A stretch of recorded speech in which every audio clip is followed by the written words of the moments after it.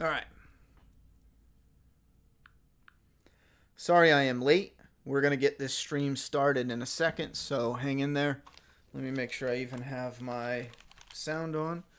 Mic check. Can you hear me? No? Did I break my headphones?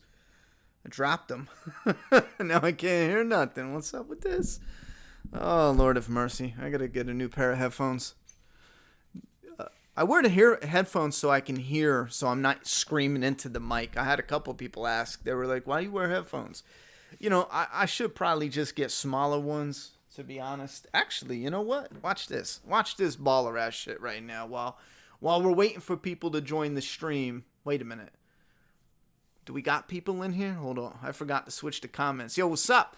Yo, I didn't have a title. So I was just like, what do we, like, what's up Sunday or whatever. So I just did like SUP Sunday, like what's up Sunday. And then I thought, son of a bitch, that sounds not only like generic and some shit that someone would put on YouTube already, but it sounds like a new weekly thing. And I didn't mean it like that. I just meant like, whoa, what's up Sunday? I don't have like an official title because we're here every Sunday, but it's different depending on what's going on. But hold on, watch this baller shit. I'm going to take these big-ass headphones. I'm going to unplug them. I'm going to set them over there. I'm going to put these little Johns in. Look at that. These little jump-offs. Oh, and wait, I can't hear. And then I'm going to plug them in. Ooh, baby. There we go. Look at that. Now I don't got those big-ass headphones. Wow, and these are really loud. Okay. That's what I used to wear. I used to wear the little ones. We're going to get into everything. Is that what in the thumbnail? Let me move some of the comments over. Yeah, we're going to be talking about a few different things. I pulled up some of the most recent stuff going on in entertainment and pop culture. And we got some Terminator stuff that came up. Something about James Bond. We're going to look into it. There was something about... there's stuff about The Walking Dead as well. Something about Scarlett Johansson. Let me tweet this out, though. I am aware Fear the Walking Dead episode something or other did air tonight. I am aware some of you probably watched it. If you want to let us know what you think about it, holla down in the comment box down below. I took a couple peeks at the TV while it was on. I pretty much saw the same shit that's been going on since forever this season with kids that no one cares about, and I saw somebody get blood in their mouth or something, and she made a face like it was bad. So I'm assuming she's going to get explosive diarrhea, and then she'll live. Nah, she probably wants off the show, too. Anyhow, well, who is ScarJo in the thumbnail? Oh, Scarlett Johansson. Yo, she's in the thumbnail because I now love her. Scarlett Johansson. Baby doll. Wasn't there like a legit YouTuber that was like psychotically obsessed with her? Why do I think that was a thing? Wasn't there a YouTuber that was like weirdly obsessed with her? Is that a thing? I feel like that's a thing. All right, let me pop out this chat and see what you guys talking about. Toxic Terra coming in fly with the dono, but they got a dope treehouse. Yeah, okay. You okay, brother? Weirdly upset. You know what?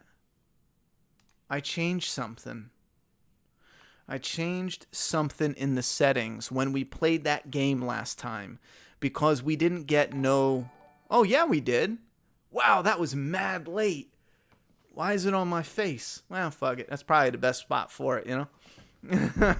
As you guys donut. Son of a fucking bitch.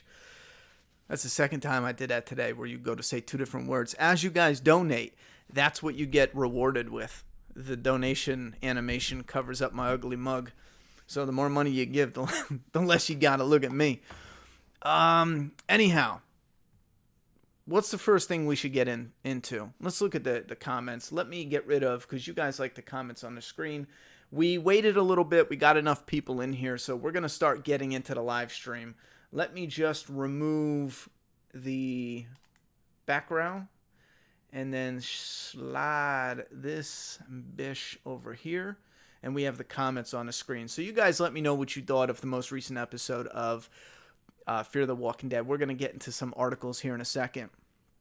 You know what? Listen, I got a lot of shit for not liking Fear the Walking Dead this season when it started. I mean, I ate a lot of shit. If you go read the comments, what did I do? If you read the comments, I ate a lot of shit for not liking it. And then I said, all right, you know what? They showed the Rick stuff that's connected. It really wasn't anything, so I'm pretty much done. And then I bounce out, and I only left for like an episode, like one episode. And I checked a post on Twitter that was promoting Fear the Walking Dead. And I just scrolled through the comments because I was like, well, maybe they're talking about the stuff they like, and maybe I can see if anything's on and popping. And it was nothing but, oh my God, do something with this series. It is dying. It is horrible. It is nonstop. And we're talking about fans, not random. These are people who follow it, who are like, whoop-de-whoop, yada, yada, yada. And they are just like, this is not fun, interesting, or none of that. And I'm sitting here thinking, like, how do I eat shit for not finding it interesting? And if you go on any Fear post, 80% of the comments are saying, do something. You know? What the fuck, chat? What the fuck? I got yelled at for Stranger Things 3 because I was like, yeah, it was okay. I got yelled at for that. I got some people that were mad. I guess because they saw the title and it said, well, I'm shocked I didn't love it, which I am shocked. I thought I was going to love it. I didn't. I just thought it was okay. I even watched it a second time because I was like, something has to be off. I mean, something's got to be off.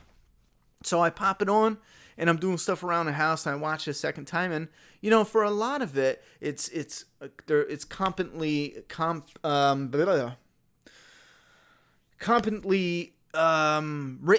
filming, the cinematography. I feel like I just said that wrong. There's so many things that I really do like individually. And like I said, it just didn't pull me in and make me, I don't know, it just didn't do it for me this season. But I didn't hate it. But I still got hit with people who were mad. It's like, bro, if you love something and someone just likes it or thinks it's okay, why are you freaking out, bro? What the fuck wrong with you? Anyway, yo, Ronnie.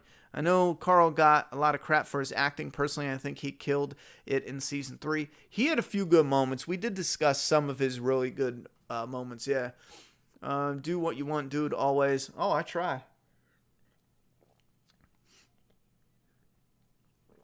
I know you said you're done with Star Wars, but will you end up seeing 9? No, I'm probably not going to see that. I definitely ain't seeing it in theaters, I'll tell you that right now. And it's just, I'll be honest, I'm just not giving them my money because what they did with Luke Skywalker, how they're writing it, it just sucks. You know what I'm saying? Fuck it, just sucks. Terrible way to end Luke Skywalker. And it's just terrible. And again, here's the thing. I see in an interview with the girl who plays Rey in the very first one they did, which was The Force Awakens. I remember so many people were going, oh, well, they have to not show or to quickly finish up the original cast stories. And then they're going to get into these new characters because they're the ones taking over the franchise. And I was like, well, you know what? Like, I totally understand that, but at least do a fleshed out ending. And then they can take over the franchise with a smooth transition. A lot of the OG in the beginning, and then throughout the 3 movies, a smooth transition to go from old to new. And you know what's funny? The Force Awakens, one of the first interviews I ever seen of Rey, who is the person taking over the franchise, she's like, "Yeah, I'm only doing 3 movies and I'm out, bitch." You know what I mean? And I just immediately thought, well, wait, hold the fuck on. If you're only doing 3 movies connected to this with these characters, why are you making such a big deal out of propping up the new people? It doesn't matter. It's just a little side note that I thought was a really odd thing to for them structure-wise. Anyway, Q&A, do you think season 3 of Stranger Things went off the rails a bit? Yeah. And again, there's moments where it is hitting. I love, certain things, but I think I do think season 3 is showing a little bit of stress on the writers. It feels like They're a little nervous to take risks at this point, which is weird, you know. And it also feels like maybe it's a combination of taking risks with coming up with new material. The reason I say that is because it did feel a little redundant. We got season 2 where we had 2 characters who were bickering, and we had this one guy being like, "Oh, just screw already." They literally repeated that in season 3. And again, you might go, "Oh, it's one thing." And it's like, no, they did that quite a bit. There was a lot of repeats, which again, for me, it added to why it didn't blow me away. I loved it. I think there was, well, I didn't love it. It was good. I just didn't think it was anything great. Compared to what's out there on the market, yeah, it's great. You know what I'm saying? But as a whole, yeah, it wasn't there. And again, there's more than just that one moment. There's multiple moments. They're constantly using the Joyce, which I do kind of dig this, but I get how it's overplayed, where she does the pissed off mom routine. And I'm almost positive they did it like multiple times in season 3, which kind of got to me a bit, because the more you do it, it wears down a bit, you know, dilutes it. Every time you do it, it kind of dilutes it. Anyway, did you know you can save a nuclear power plant from a meltdown with a household generator? You'll fucking learn something new every day, man. Fred Wicks with a $2 dono. Thank you very much for the dono, homie. There is a lot to like on Fear the Walking Dead. Lots to dislike, too. Yeah, fair enough. Did I watch the new Spider-Man? No, I did not. Do you think Stranger Things should have used a different villain this series? Yes and no. No, because we knew the Mind Flayer was coming and you needed to finish out the story they propped up. But what I was hoping for and what I was expecting a little bit, and again, my expectations were really simple, but what I was expecting was the Mind Flayer continuation of that story, but a little bit of a new setup for what else is out there in the Upside Down. Now, keep in mind, that's one of my biggest worries with Stranger Things. They're keeping the Upside Down limited as far as what they release to us, as far as the world building with the Upside Down, because all we know of is basically Demogorgon and the Mind Flayer, you know what I mean? The Demogorgon's just kind of like a monster that is in that world that's controlled, right, by the Mind Flayer. But anyway, what else is there? I'm worried they're saving that for spin-offs, because the kids are going to grow older. They're going to want to maybe, the retro look is really big with Stranger Things. I still think maybe it would be neat to continue the series, and how weird would it look having Stranger Things in the 90s or Stranger Things in the late 90s? Would it break that world that they built up? Because Stranger Things, part of what is special about it is when it takes place, Anyway, I'm really confused where home is. Like, the factory is taken back from Logan. Oh, I have no clue. You're asking the wrong one, homie. Daisy Ridley is out, so characters are not continuing, which makes what they did to the big 3 unforgivable. I agree with that, Fred Wicks. Is issue 3 signature series sold out for good, or is it to be restocked? I noticed it was out of stock, so opposed to the first 2. Oh, thank you very much for asking that. I actually recorded a video. I was going to turn the camera and show you guys, but I moved them into the closet. But we got new stock in for the comic this week. We're updating the website. We were going from pre-orders to having stock on hand. Now, the reason it was like that is we had a box that just completely went missing. Long story short, we bought a box to replace what went missing and then to start stocking what we have here. Now, keep in mind, for each issue, there's a big print run of 5,000 copies for the print run. There's 3,000 for issue number 1, so I can't store 8,000 copies here because let's say we sold 1,000 right off the rip. I can't sell 8,000. We're already on issue 4, so that would be, let's say 4, 4, 4, and 4. You're up to like 12,000 copies now, which is so much space. So we got to order a limited amount before we reach that because of capital for one and because of how much we can stock. So that's our process. Right here, what I can ship, we're going to try to keep 20 copies of everything on hand at all times until we sell out completely of the print runs. The only thing close to selling out right now, and I mean like really close, is same thing. Signature Series issue 1. We're dwindling down on the last few, and everything else, you guys probably got a few months before we need to worry about things really selling out for good. As far as first prints, and then we'll go to a second print, which will just have a tag on it. It'll have a mark on the cover saying second print. Anyway, so yeah, this week we are stocking some. Okay, sorry for that. Did you like season 3 of Fear the Walking Dead? Not really. Retro sale in PS Store. Had to grab the Castlevania package for nostalgia. Damn, I'm old. I knew a friend of mine used to love playing Castlevania. All right, let me answer a few more comments, and we're going to dive into some of the headliners here. To not have at least one scene in 3 Star Wars movies where the big 3 stars do not share the screen once. Are you kidding me? Yeah, Fred Wicks. I think it was Mark Hamill. Luke Skywalker sent out a picture saying missed opportunity. And for every fan, I'm sorry, even if you're in a Matt family, for every fan who got offended by that, give me a fucking break. He's 100% right. You're bringing this back. Why? Not because people don't care and you're bringing it back because they want something totally new. You're bringing it back because they want to see some of what they love. And even if we just had one scene, one fucking scene, there's some fans being like, that's too much. You're taking away from the new cast. Give me a fucking break. One scene with Luke, Han, and Leia, Chewie. Is it too much to ask? And don't even get me started with anything. You know, that's one thing I'll be stubborn on, because it makes absolutely no sense why you wouldn't do that in some shape or way or whatever.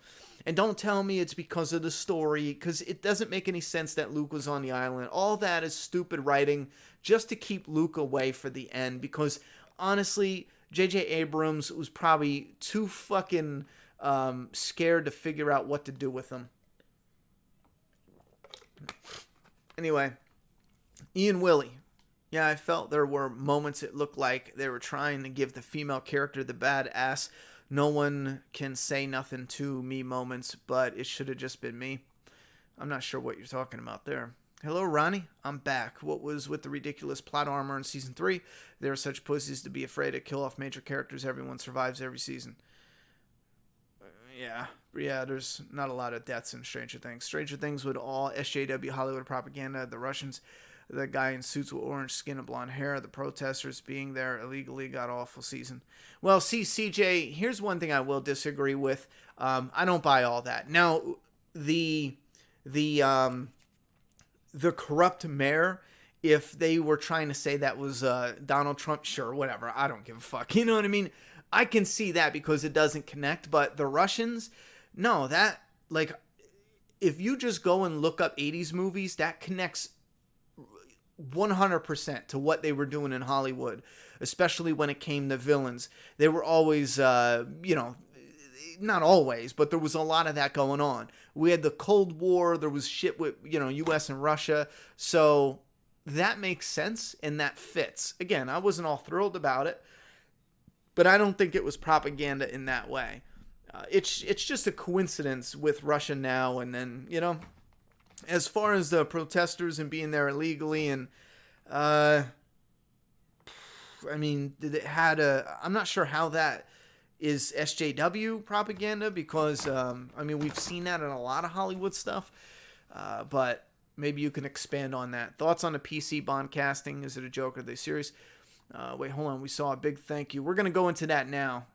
Big thank you for the free download of Doomsday Kingdom on the 4th. That is still up. We had a massive response to the free first issue of Doomsday Kingdom. If this is the first time you're hearing about it, go to doomsdaykingdom.com and get the first issue for free. And then we have issues 2, 3, and 4. And I tell you what, the artist is getting better and better with every single issue. It is just becoming, by the time he's on issue 4, the very last page, those who read it, I had him take out the word balloons and then take out the top 2 panels. That way we can put it in an 8x10, because I want to order some 8x10 so I can hang it. And if people are interested, maybe we'll sell some on the website. But yeah, it's freaking awesome. It is friggin' awesome. Anyway, What do you guys see what's coming up? Volume 2 is where it's going to get really interesting. I have no idea what's going on with Area 51. I missed that completely in the news. I'm sick of the scenes. I guess they are diluted when 11 covers her eyes and enters someone else's world. That annoyed me. Yeah, it's just they're using it so much, it's not having the impact, but in the same strength, I would expect her to use that because that's one of her abilities. Why can't Fear give Alicia some better looking pants to show that ass? I'm not sure. Did you like Erica's character in season 3? What kind of 10-year-old talks like that? Yeah, they laid it on a bit thick. Give me a break with a lot of that shit. I think her character has, some potential to be kind of cool, but they laid it on with this stereotypical, black sass. They laid it on a bit thick. It was fucking every time she opened her mouth. I wanted to love Stranger Things season 3, but just couldn't. How the Soviets built an entire facility on the U.S. soil in a year and a half. Even the corrupt mayor is unbelievable. See, some of those things you're supposed to, let it slip by a little. But you gotta picture, you have a mall. You have all these workers, people closing up. The Russian base is not connected, as far as we know, to anything. Maybe it has tunnels to connect to different properties and shit like that. We haven't seen anything like that because they were stuck down there. So you have the Russians under, and they're all dressed in camo. That means when they get to that facility, there's a locker room where they show up in ordinary clothes and then they just put on their Russian suit and then walk around like they're all, you know what I mean? So it gets kind of a little funky. I don't know. What else we got down here? Fresh and new. Brandon Near. The receptionist has sass too. Laugh out loud. Receptionist?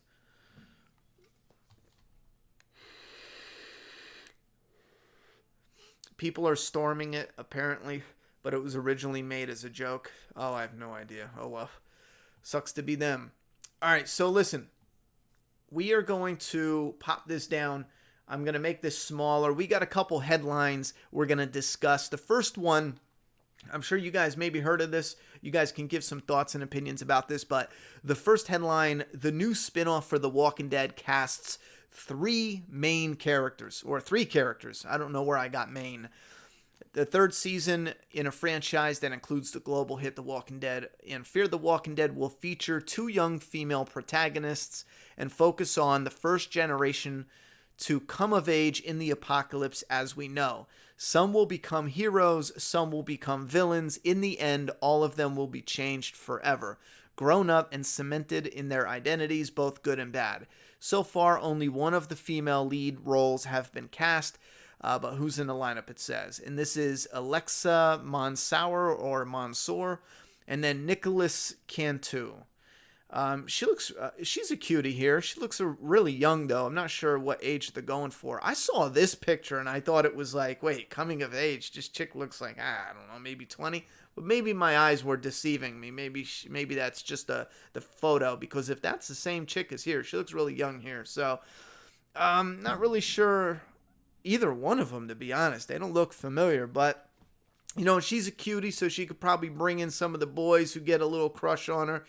And as far as the kid here, it's tricky with adults because if the kids don't work with charisma, which is really tricky to do, a lot of times knocking out that charisma when it comes to child actors isn't easy. Stranger Things hit a home run because they had a lineup of child actors, and they did a really good job, especially in season 1, as young as they were. So this is going to be tricky. Their casting is going to have to be out of this world, a home run. So we'll have to see. Alexa Mansour here is slated to appear in all 10 episodes of the new Walking Dead spinoff, and her previous film credits include Unfriended, Dark Web, How to Get Away with Murder, IMDb, blah, blah, blah. Oh, wait a minute. Hold the fuck on. Okay. The 23-year-old actress has appeared in Madam Secretary, SEAL Team, The Residents.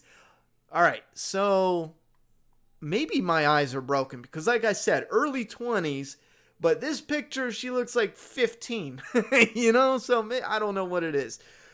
I don't know. Maybe this is an older picture, or maybe I'm just bad at this. Anyhow, so she is in her early 20s. That kind of throws me for a loop because I thought they were casting, coming of age, I thought they were going to be casting for, let's say 15, 16-ish, 17 at the most, early 20s. That's a jump. I mean, if it's real coming of age, that's a jump. Because we've already seen kids who were around 8 when shit kicked off. So she's got to be like 3 when shit kicks off. At the very least, let's say. That's real coming of age. Carl, I guess that could be a coming of age. Why not? I mean, he was 8 by the time we... So we already saw that shit. I'm not real sure. Anyway, the teen actor Nicholas Cantu is most known for voicing Gumball. The Amazing World of Gumball. I heard of that. He's also had roles in Sophia, yada, yada, yada. Lego, Star Wars. Don't let animated shows fool you. Blah, blah, blah, blah. It doesn't give his age, though. A Friendly Boy with an Old Soul. And then Hal Cumpson. Australian actor Cumpson has one movie under his belt called Bilched. The Beast reported he wrote the film and starred in it himself while his father directed. He's a fan of Seth Rogen and Superbad. In a history of writing short stories, yada, yada, yada. Shy loner. Big for his age, that's what they said. So, what else they got? I guess that's it right there. So, 3 castings here. This Australian actor. I'm not getting, it's just an image, but... And then you got these 2 here. So there goes that. What do you guys think about the castings? Anyone even care?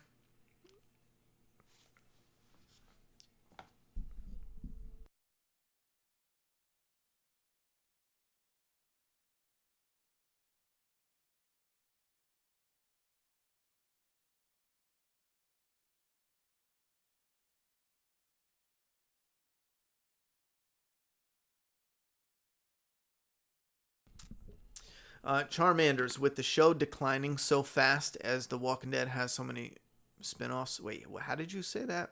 How does a show that is declining so fast as The Walking Dead have so many spin-offs?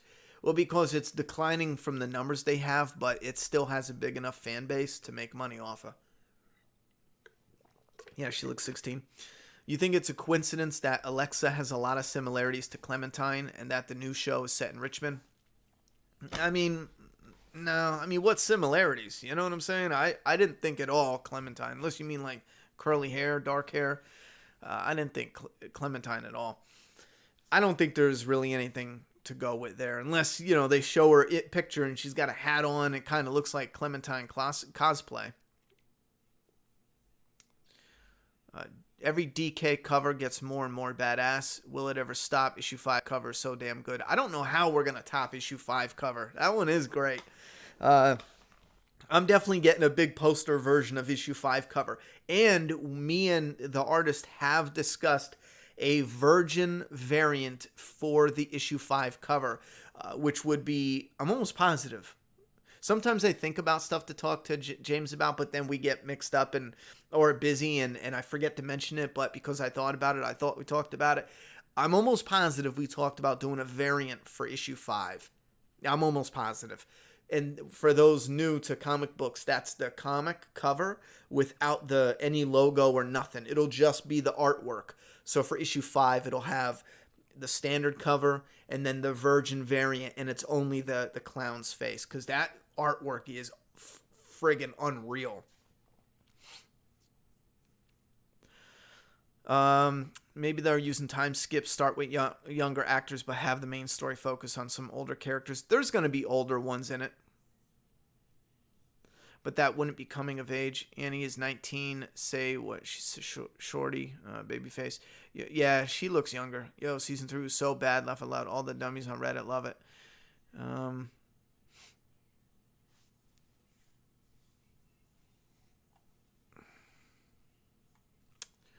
With Rick movies, spin-offs, and more Walking Dead seasons, do you think the declining ratings was overblown? Clearly, the base of fans is healthy enough.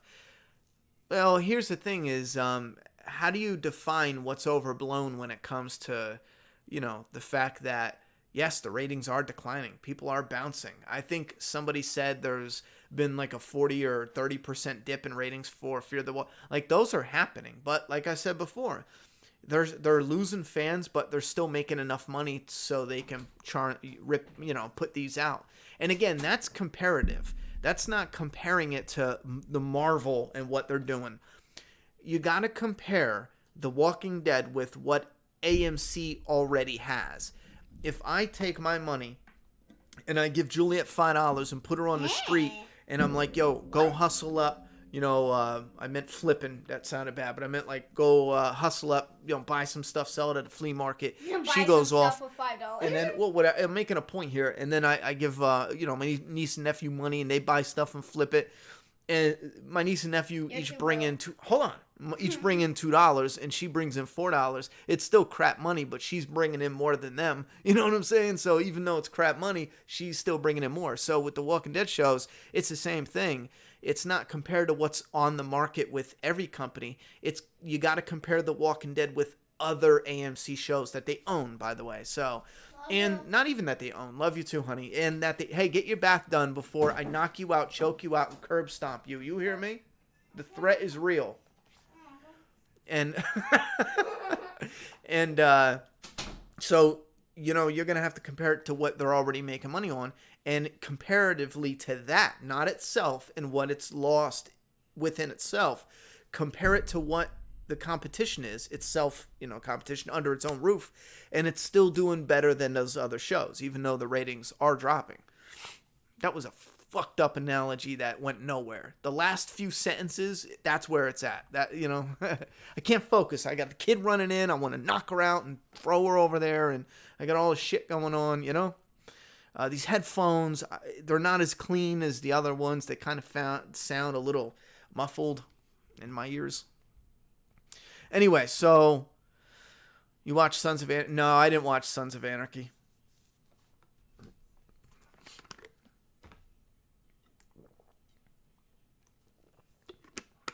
Wait, the Walking Dead spinoff is going to have an Alexa in it? Didn't that... Oh, funny, you got jokes. Why can't we just enjoy a show without thinking everything is politics, geez? Well, yeah, Kevin, I'm not sure what they're saying in the comments because I'm seeing people talk about it. But, Kevin, you have to keep in mind, some of the creators, we're talking about the creators, are coming out and saying this. So when you just watch a show and you're like, yeah, whatever, that's one thing. But, like if you're pulling stuff from just watching something... But if the creators come out and they say that's what they were going for, and now that I think about it, I'm almost positive when they were filming that, they said something about a scene coming up or a character coming up that was like the political climate. So you're going to have fans that are going to comment on it. And it's ridiculous to even do that. I think people going into entertainment should just focus on entertainment and entertainment alone. And the sad part is when you talk like that, you're labeled the most vile human being in the world, which is kind of like, I wish there was an island where just normal people can go. Because I think you have mental issues if your brain works that way. Like if I just want movies to have a story and, tell enjoyable stuff, it's an artist's expression. Go the story you want to tell and yada yada, the characters you want in it. Go and have at it. I'm now everything in the book because I'm not saying, okay, let's go make a movie, but let's also solve like world hunger at the same time with the movie. It's like, it's a fucking movie, brother. Anyway, so,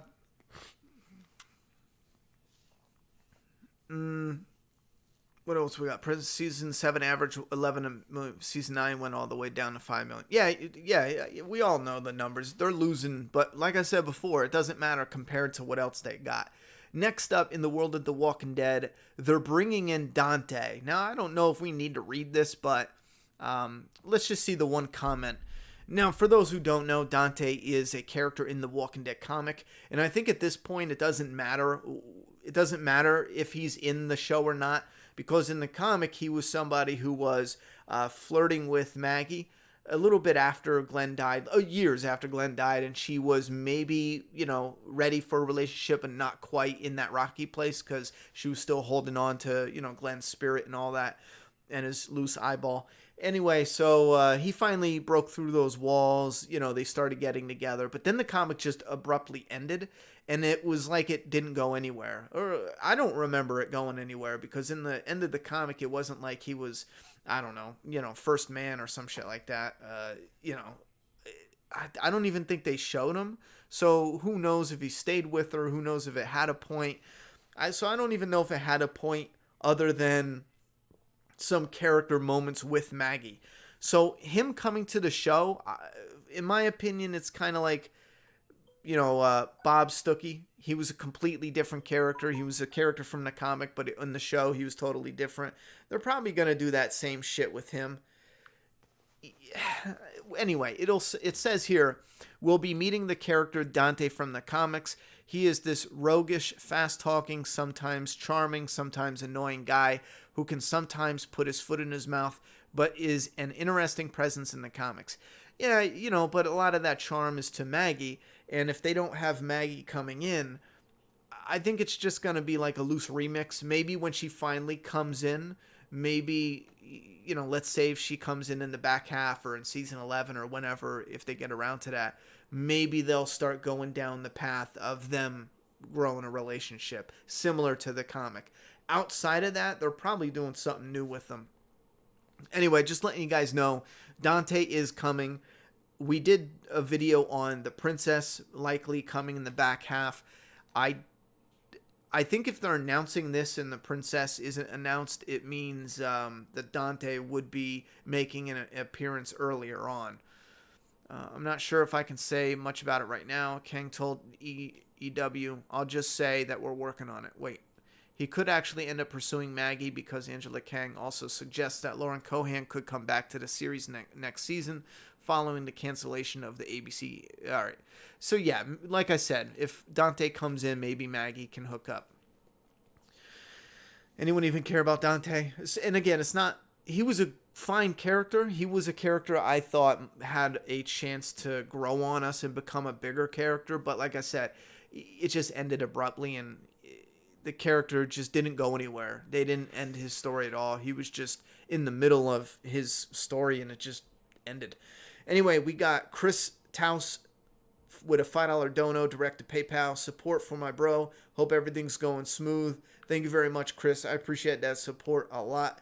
Yeah, things were going a little bit tricky today. We're still cleaning out the new place. I still have tomorrow. I got a new gaming chair that a company sent in to review. We're going to look at that tomorrow. I'll post a video probably later in the day tomorrow about that, because I'm filming that in the new place, by the way, and you'll see like this really ugly rug. It's like from the 70s, but I'm going to try to find a couch from the 70s too to match the rug just for shits, but put like an old style TV in the corner, and we got old game systems like a Sega Genesis and PlayStation 1 and shit like that, N64. We're going to plug those into the corner maybe, so me and my daughter can play some of the older games. Anyhow, so you'll see that ugly ass rug. It's like green and yellow. It's just ugly. It's like one of those quilt rugs somebody made by hand. Anyhow, so I'm going to do that tomorrow, but I'm going to finish up some of the cleaning this week, and I should be almost all the way done, and then I'm going to start transferring everything from here to there.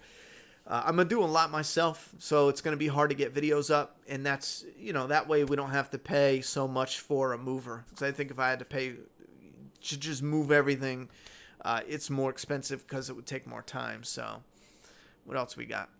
If they do Commonwealth next, that means season 11 is the final season, right? I hope not. Laugh out loud with the prince. No, see, here's the thing. We talked about this before. The comic no longer matters. They could do the Commonwealth and end it, but no.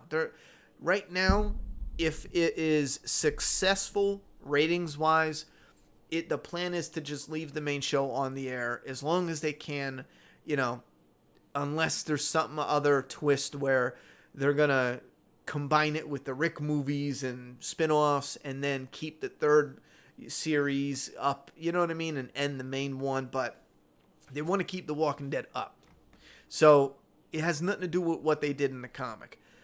The Commonwealth storyline was specifically to end Rick's story and then end the comic. So it doesn't make any sense to do the Commonwealth storyline on the show, especially not exact. Oh, you love Spider-Man, huh? What kind of chair did you have again? I need to cop a new one. Well, this one is a Killer Bee, but if you want to wait, I'm reviewing a new one tomorrow. This company sent in, and I think they gave me a code that takes like 20% off the price, which is real good because the Killer Bee chair, it's sold out, and I tried looking it up, and I think it's selling for close to like 200 to 220 right now. And when I bought it, it was only 140.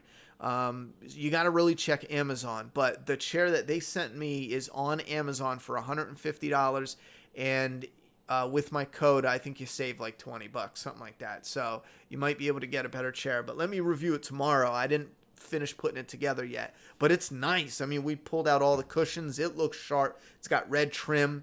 The armrests go up and down. I have hope that it's going to be a nice chair.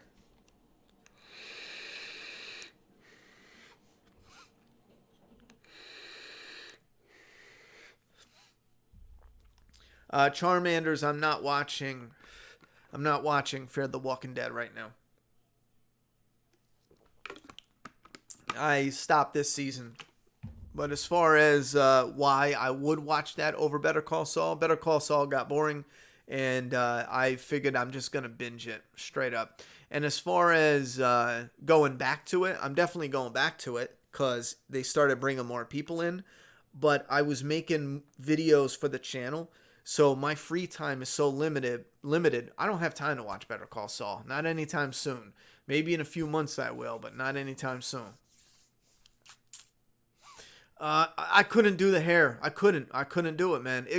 It's been so hot here. My air conditioning. When I drive to my grandmother's house, my air conditioning needs an air conditioner. It's that fucking hot. I can't take it. We get in the car. I don't know if I'm just getting grumpy with heat, but I get in the car and you can't breathe. You need to literally hold your breath, turn the car on, pull down the windows all the way. If you breathe in, it like sears your throat. It's always so fucking hot, man.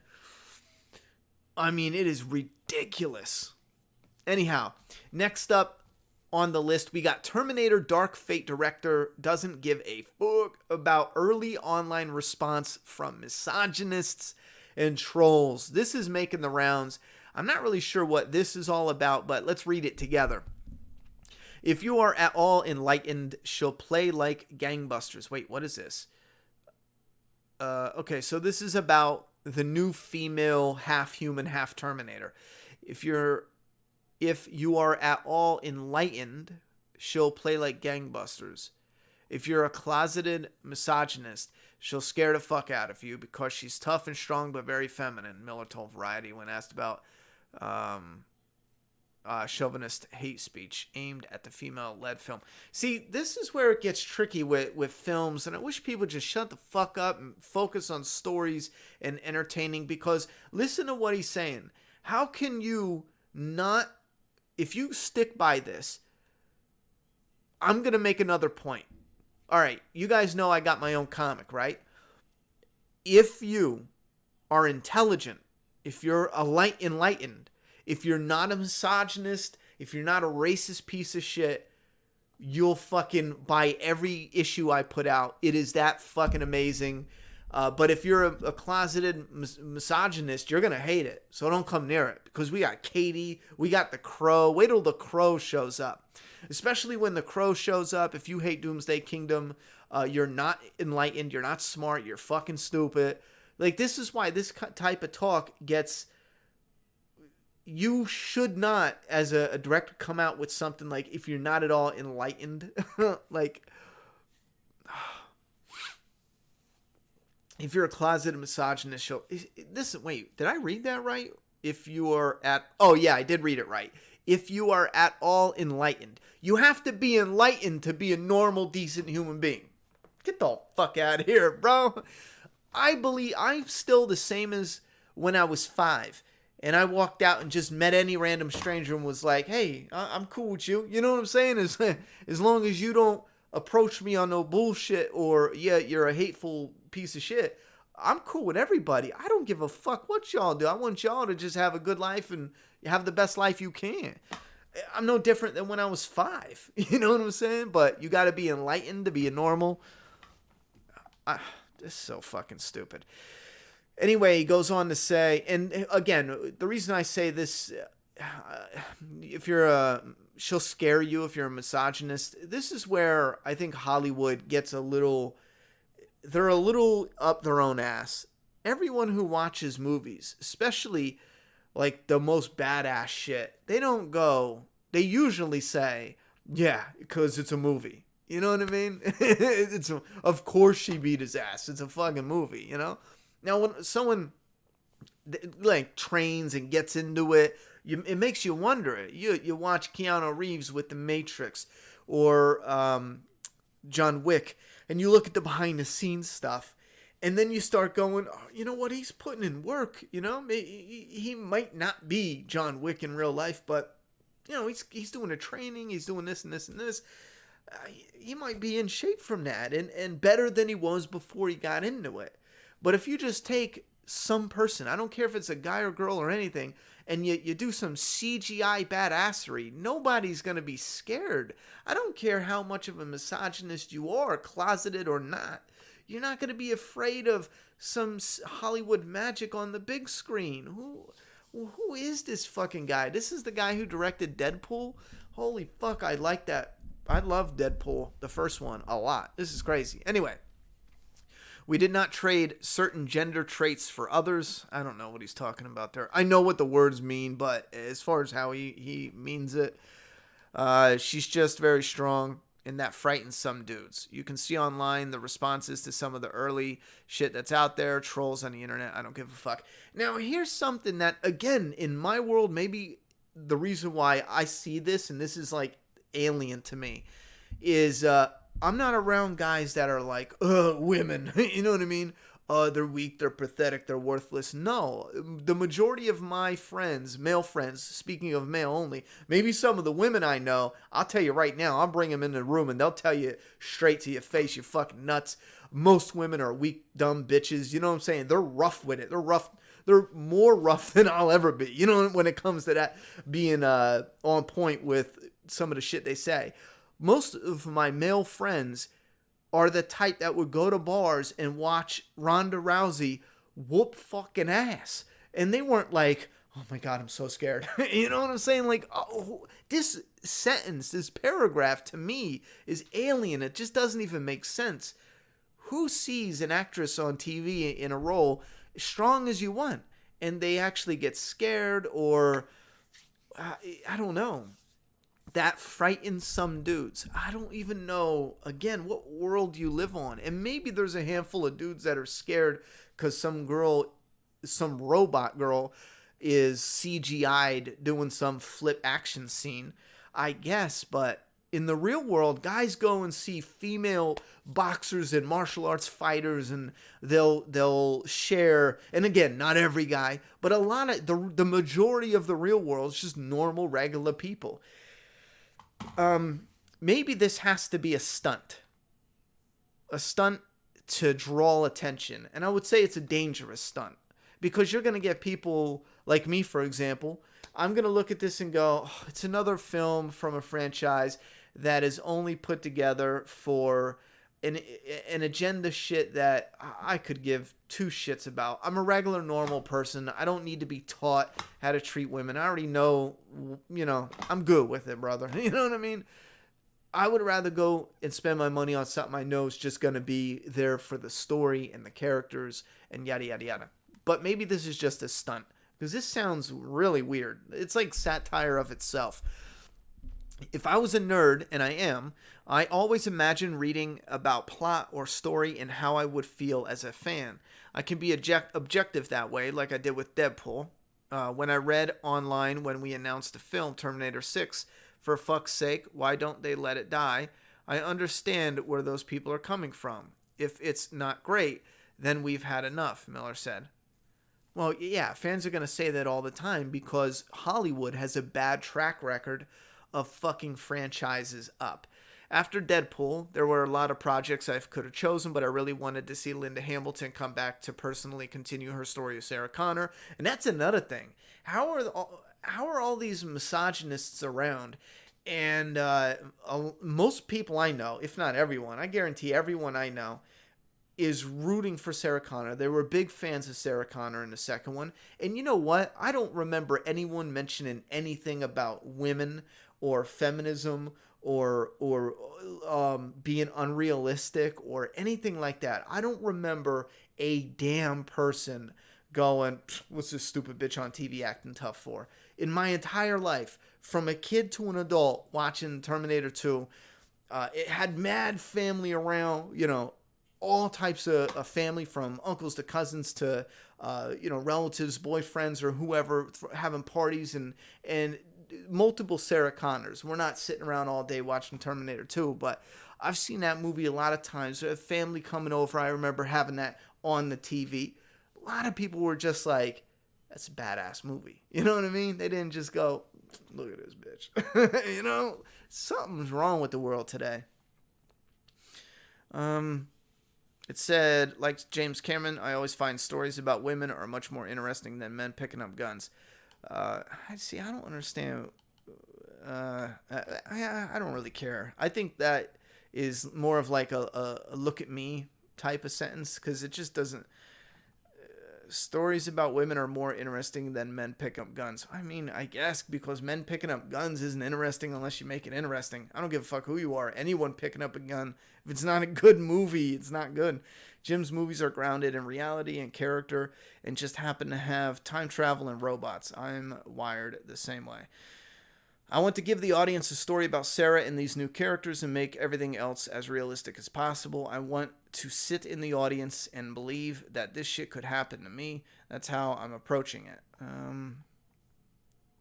I think this has to be a reach. What do you guys have to say? I think this has to be a reach when it comes to advertising, because this just, the shit he's saying, it's so weird for an interview to come out like this, and how he's saying it. It's not talking about the project directly. It's kind of like sidestepping it, but adding on some extra shit that doesn't even have anything to do with the project, the movie, the anything. I mean, I don't understand this world today. Let me see what you guys have to say.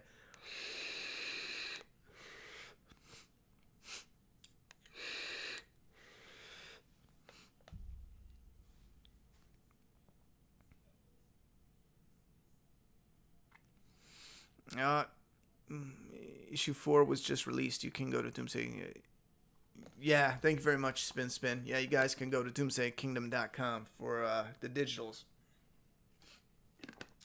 Yeah, Charmanders. A lot of people, including women, have issues when it comes to, let's say, a girl that's a toothpick, skinny as hell, and it's just a normal, regular movie, and she beats up like a bouncer that's like 450 pounds, yada, yada, yada. Outside of those realisms, yeah, we're talking about movies where somebody's a robot. If she doesn't beat his ass, that's one shitty fucking robot. You know what I'm saying? So it's supposed to be in there.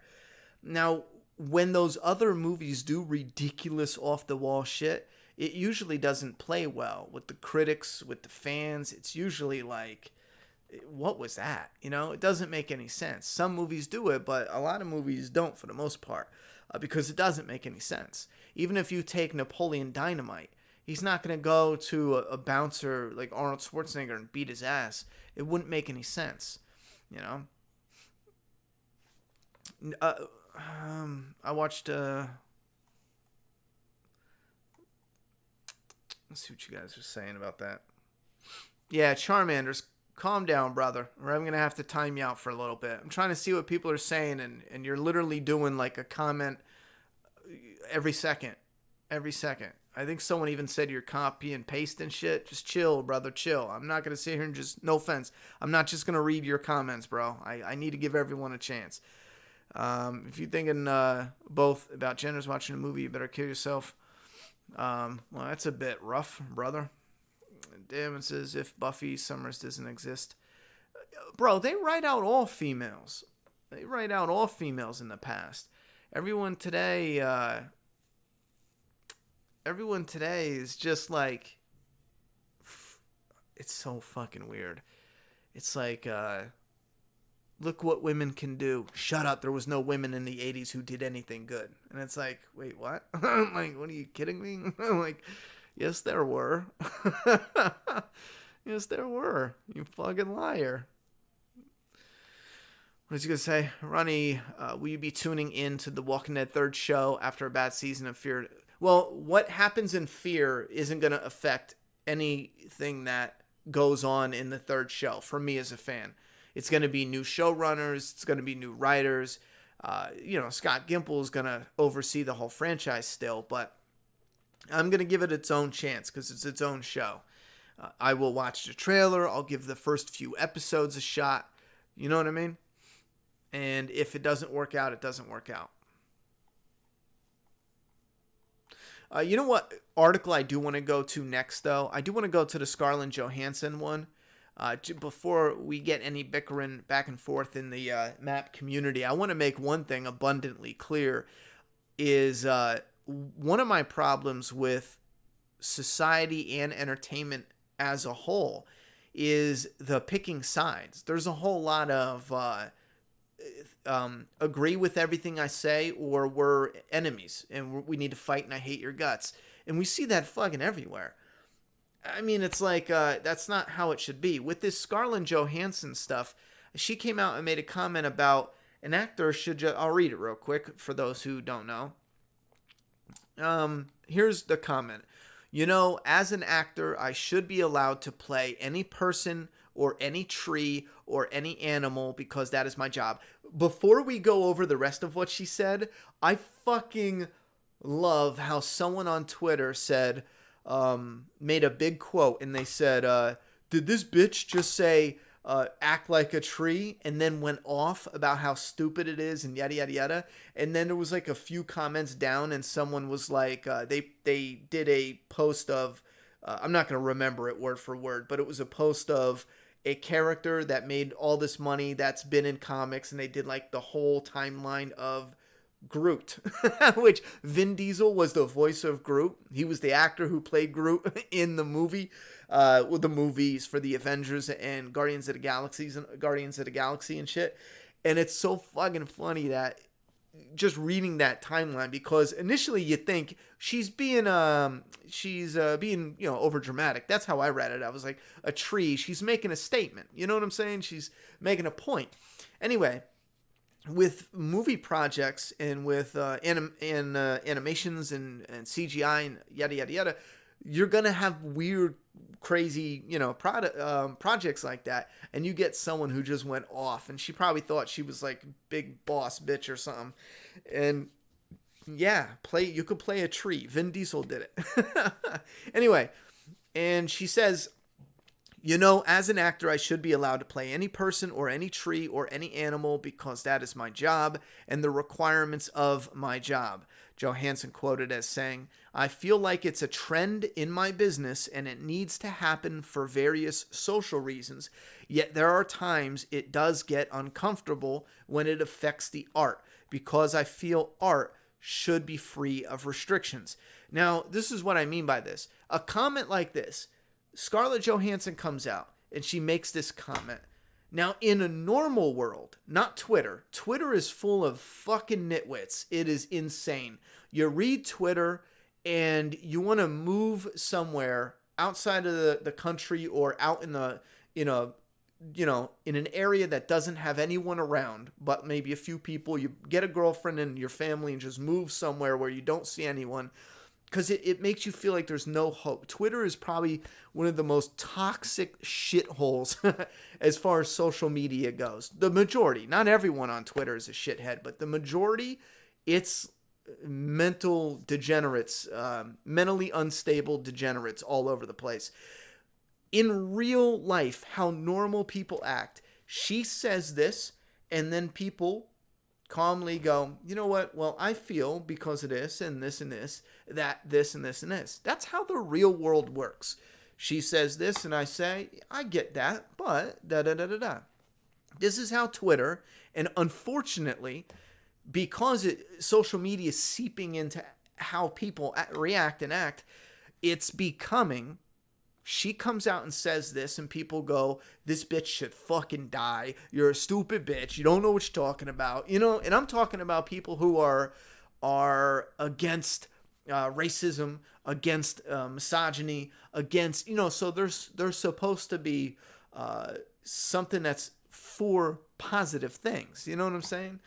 And nope, they're some of the most foul and vicious people because they immediately go to attack mode. Guys, this is what I'm saying. We shouldn't go into attack mode.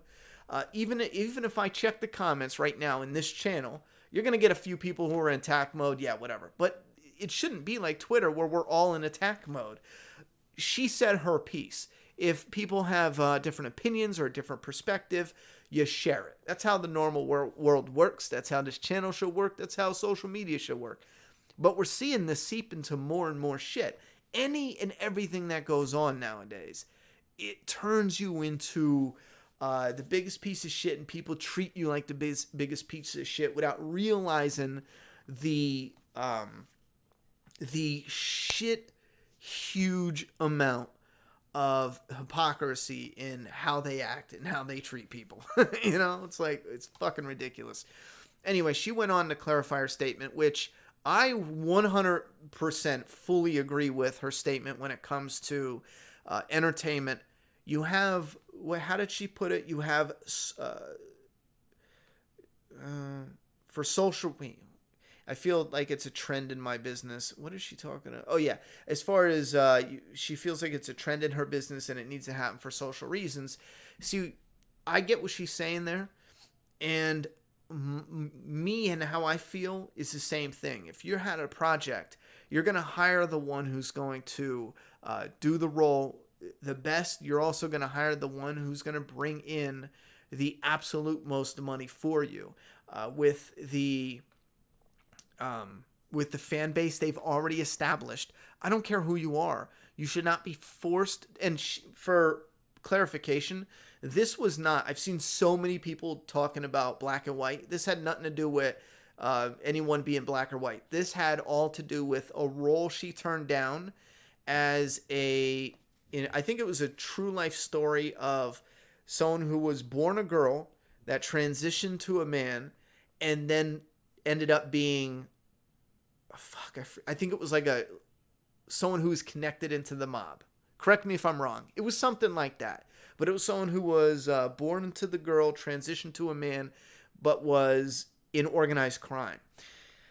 And when Scarlett Johansson was first announced for the role, I immediately thought, you got to hire someone ugly. No offense. I mean, because they did like a flash of the person and they weren't very good looking at all. For a guy or a girl, just weren't very good looking. And you got to have someone who'd be believable as a brute. The person looked like a brute, unless that was the wrong picture they showed. Long story short, I still think you should bring in, if you're running this, you should still bring in the best person possible. Charlize Theron did a fantastic job visually, looking like that serial killer. You could do the same thing with Scarlett Johansson. You don't know if she's prepared to put on weight. That other girl looked thick. Scarlett Johansson looks kind of thin. The other girl looked thick. So who knows if she's going to put on weight. But if you have a business, and again, the business is in it, the way I feel is, and this is my opinion. It doesn't even matter what I feel because I don't control things. My opinion isn't going to change the world or anything at all. I'm just saying how I feel is you have roles, you bring people in for them, and as long as you are not stopping gay people, as long as you are not stopping or a gay man or who else? Transgender people. As long as you're not stopping white people, I'm including them too, black people, Asians, you fucking name it. Anyone in the Hispanic community. As long as you're not stopping them and saying, no, we don't want you. You're not auditioning for the role. You're being a normal person and you're doing the normal routine. If you audition 6 people and 5 are trans, and then you got Scarlett Johansson, and the 5 trans are terrible actors. They have, shitty backgrounds. And keep in mind, maybe that's all that showed up for the gig in this little scenario. You're going to go with the one you feel will bring in the most. I don't know how or why this even turned into such a big deal. But I do think the more important aspect is how people treat each other. Looking at this and seeing how people come away with this. Because I will be the first person to tell you I don't have a goddamn clue what kind of shit goes on behind the scenes when it comes to Hollywood. We all know, we all know there's a lot of nepotism and friends helping friends out. I know one of the absolute, and this wasn't even in anywhere near Hollywood. There was a reading for plays. I was little. I was like 12, right? Maybe 12 or 13. And I knew I wanted to I don't know, direct or write movies. And you had to, when I was little, you had to get into acting. They wanted you to get into everything. So I was doing an audition for some play. I think it was even Wizard of Oz. But it was a stage play. It was theater. So we go up to audition. And there was a handful of us in line, and we were let in, and we had these rows of seats, and the crew came in that was picking the parts, and they literally walked in, and no bullshit, I guarantee this is how a lot of Hollywood is. It was a smaller town. They walked in, and it was like a bunch of parents running, like the people running it had their kids in the play. And they just started picking their kids and then their friends, and they were all up front talking. They picked all the roles. You had like maybe, I don't know, 20 people not in the front row, and they were all just like me who just showed up for this audition that was put in a newspaper. And the people picking the roles didn't even look at us, didn't even speak to us, didn't even acknowledge our existence, didn't tell us what was going on. You could just overhear them saying, oh, well, you know what, so-and-so was Scarecrow last year. Do you want to be the Lion, or you want to be Scarecrow again? And yada, yada, yada. And they just picked in their own little group up front. and then everyone in the back, by the time it was over, I think they grabbed like one person that was needed for an extra role.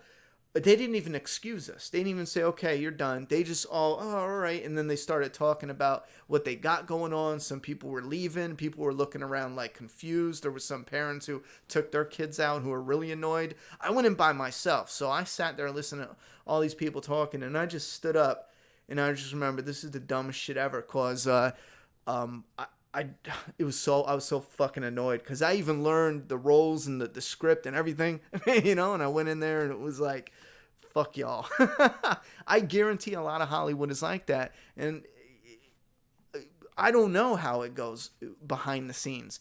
So people in Hollywood, if they know there's corrections that need to be made with the powers to be, then that's on them and they can handle that. But when it comes to actors vying for roles, if they're vying for the role and they're getting roles, I don't know why we're attacking these people, which is fucking ridiculous, because somewhere down the line, you're going to run into shit that doesn't make any sense. Because a lot of these people, just like what I said before, remember when I said SJWs hate the outsiders? And I made the comparison that people on Twitter will say, only men should write men characters. Only black men should write black men characters. Only black females should write black female characters. Only Hispanics should write Hispanic characters. And we see this in the comic industry.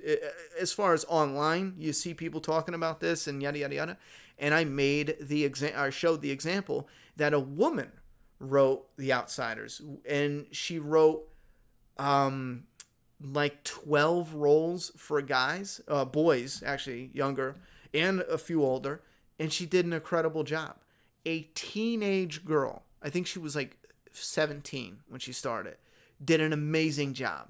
But according to a good chunk of SJWs, she should not have been allowed to write that, because, you know what I mean? She's not a guy. She shouldn't write guys. I think this is more prevalent in the comic book industry, which I think is a little weird. It might have something to do with, and the only reason I say it's a little weird is because you would think a writer would write the whole story for the comic.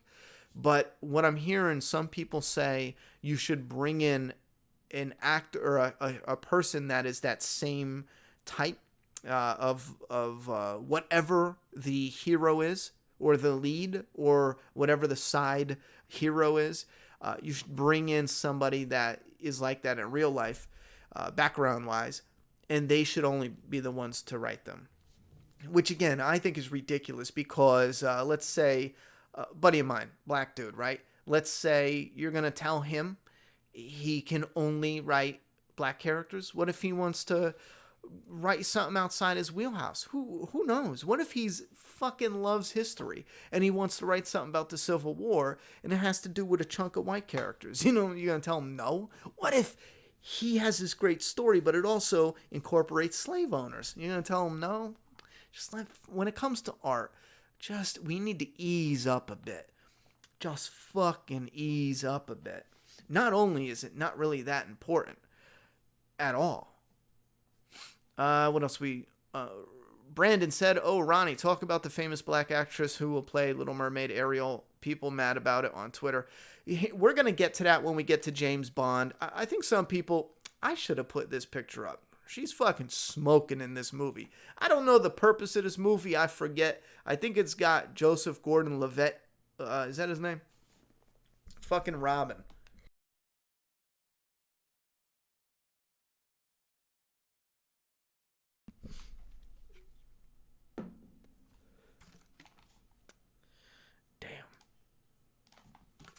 Okay, so recently, I think in the last couple days, James Bond 25 reportedly passes the 007 torch to Captain Marvel star Lashana Lynch.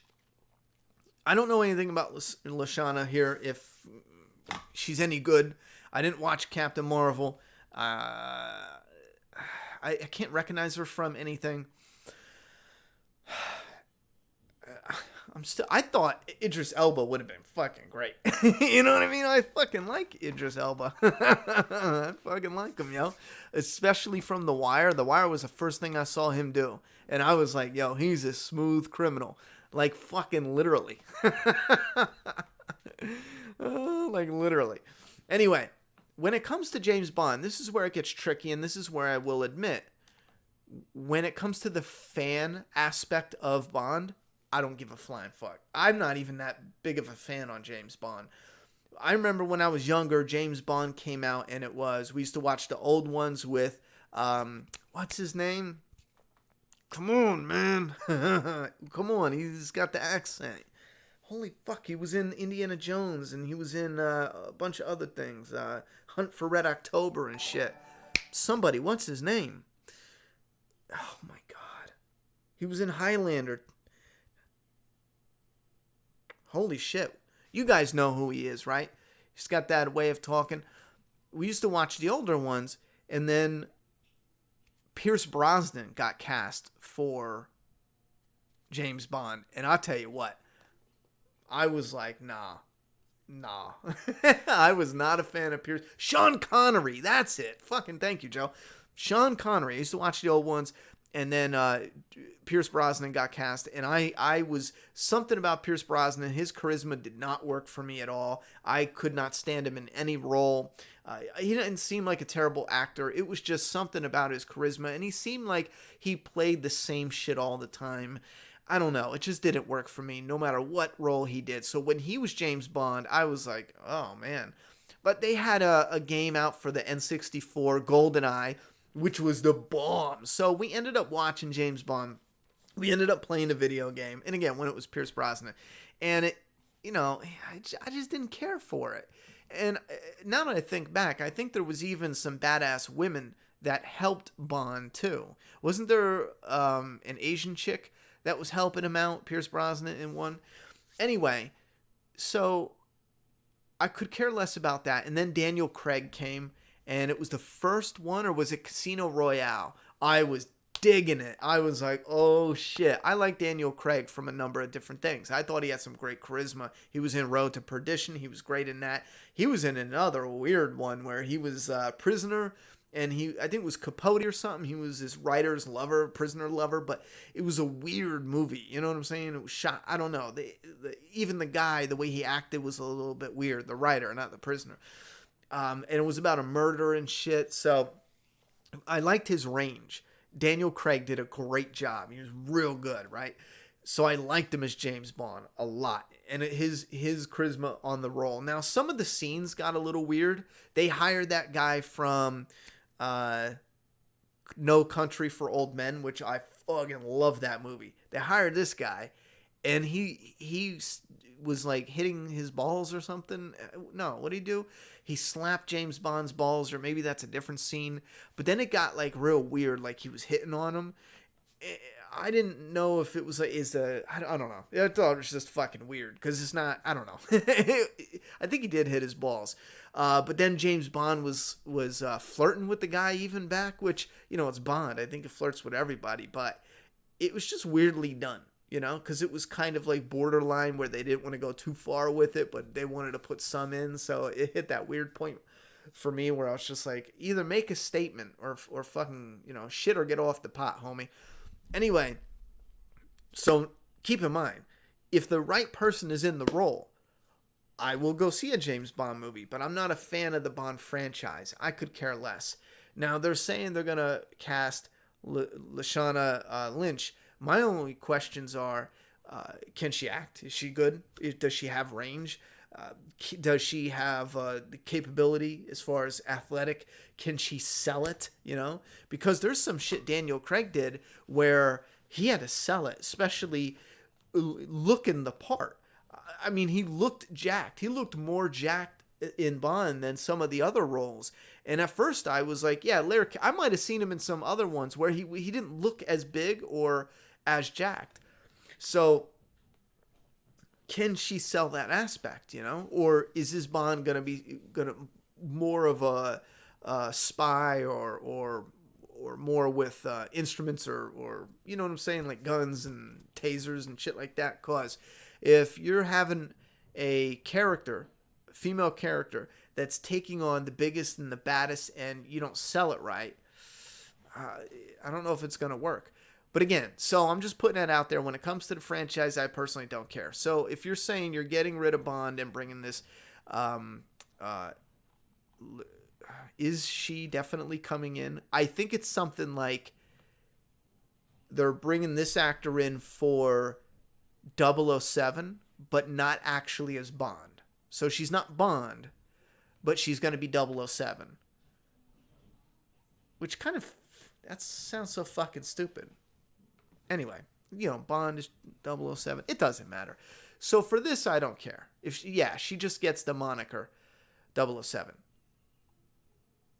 So, I'll be honest. I don't care here. I would love to hear other thoughts and opinions to see why you care. Or I've heard some people from England say, no, it has to be white, upper class or other shit like that.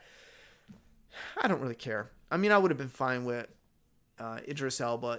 As a matter of fact, I would have seen it 100% if he was in it, he was cast, and the trailer looked good. Because I like his charisma. I dig the dude. You know what I mean? I think he's cool as shit. I would have seen it. I don't know this actress, so I'll tell you right now, I don't care. I don't give a shit to see it. If the trailer comes out and I'm like, whoa, okay, maybe, but I just don't see it. Now, and one of the main reasons why I don't see it is because they showed a little snippet. I was listening to some podcast, and they showed a little snippet of the script. It sounded like, and it was all, do they show it here? What does this say? The question of a non-white male Bond has sparked debate in the past, particularly in the midst of rumors Thor started. In June interview, it just said, disheartened by the fact that you get people from a generational point of view going, it can't be, and it really turns out to be the color of my skin. Yeah, like I said, there was people, and I'm not from England. It is England, right? I'm not from England. I don't know about the Bond legacy like that. So I could care less if Bond is white or black or... Come on. I mean, it gets a little weird. If you start making like... well, I mean... Yeah, it would. If you just... And we're talking... I think here's where it gets tricky. If you took someone who barely speaks English, let's say somebody from Mexico who barely speaks English, and you're like, oh, here's James Bond. Yeah, it's gonna look fucking weird. You know what I mean? It should be someone who is at least from that area. I don't give a shit. Again, what they are, what their background is. If they are from that area, they could have a Mexican father, Chinese mother, but look the part. They're upper class and yada yada yada. It could be Bond in the future. We're getting a lot of people, a lot of generations that are mutts. I'm a mutt as well. I got a lot of cultures in me, but the majority of them are white as shit. So I'm generic white. But growing up, it was Polish, Italian, and Native American, 3 different cultures that we were proud of, and that was a big part of us growing up.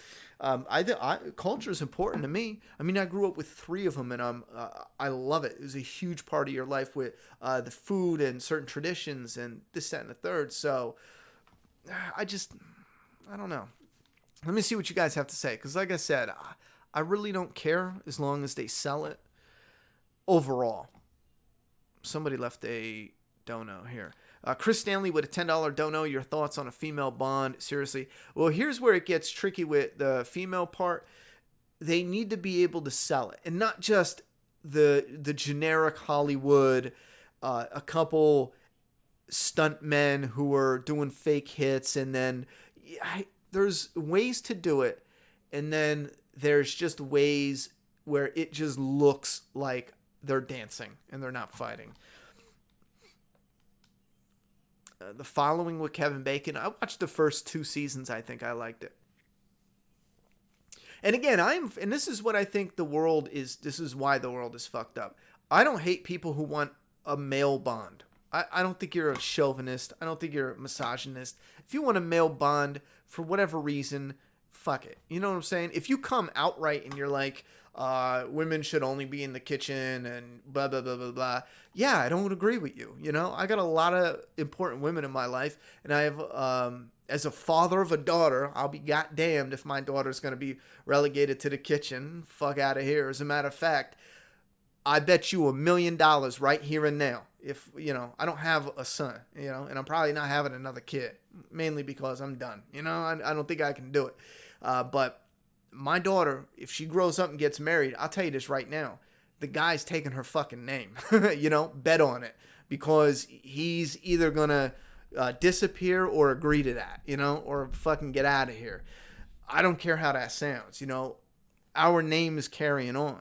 I mean, I got a brother, he's got kids, and yada yada yada, but I'm still doing my part. So if my daughter ever gets married, the dude's taking her name. Fuck out of here. I don't care if I don't know if that's even possible or what, but by the time she gets married, I'm gonna make sure it's possible in whatever state. We'll fucking get it done.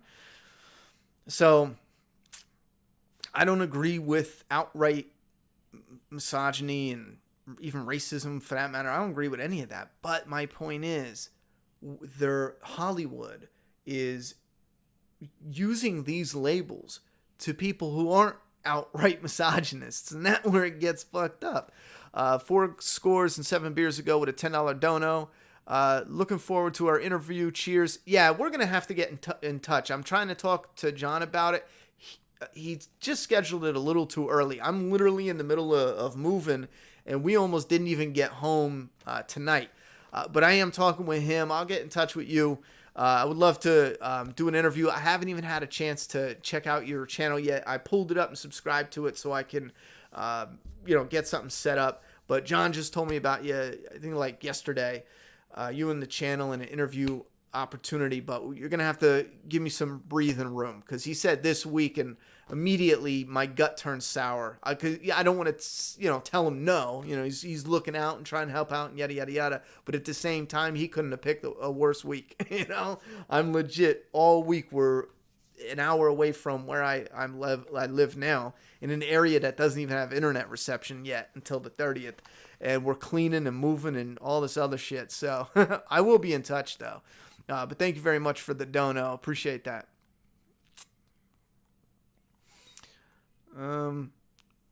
Yeah, the Hayes legacy will live on. Fuck yeah, well. Let me see what some of y'all are saying, too. Gregory says, I would love to see Andrew Lincoln as Bond. He's a natural voice and looks fitting for Bond. See, I like Andrew Lincoln as well. But here's the thing. And this is how I feel I can prove it's not just like get in the kitchen, bitch. Andrew Lincoln, if he took the Bond role, I would want him. If I was a producer, if I was any way in charge, I would want him to bulk up. I love you, Andy. I love you to death, but you need to put on a little muscle. And that's one reason why I say I don't know if this will work. Not for me, you know what I mean? She's gonna have to put in that work. I mean, she needs to be able to look like she could throw down.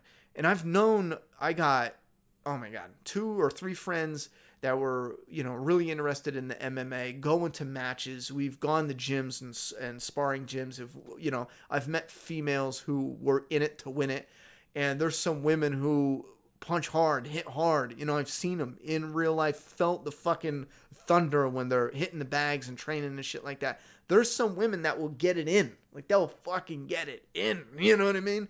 But if you show me an actress who's just CGI in her shit, or using wires and it's a dance move and choreography, I'm not going to buy it. I'm not going to watch it. I'm not going to support it. It has nothing to do with color of her skin. It has nothing to do with what's between her legs. It has nothing to do with any of that shit. It has to do with, whether that person fits that role and is believable in that role. Andy Lincoln, like I said, I love him to death, but he'd have to put on some muscle for it. They're not making James Bond a woman. It's 007. Yeah, we already talked about that. We already said that.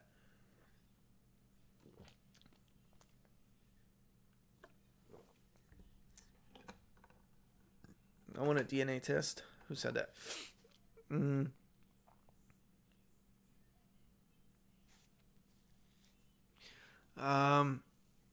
You like Idris Elba? Wait, if you like Idris Elba, are you gonna see Hobbs and Shaw Fast and Furious spinoff? I'll probably rent it. I like Idris Elba, but I don't like Fast and Furious at all. That one doesn't look like it's about cars much. I personally don't give a shit about racing, so I might end up renting it at Redbox.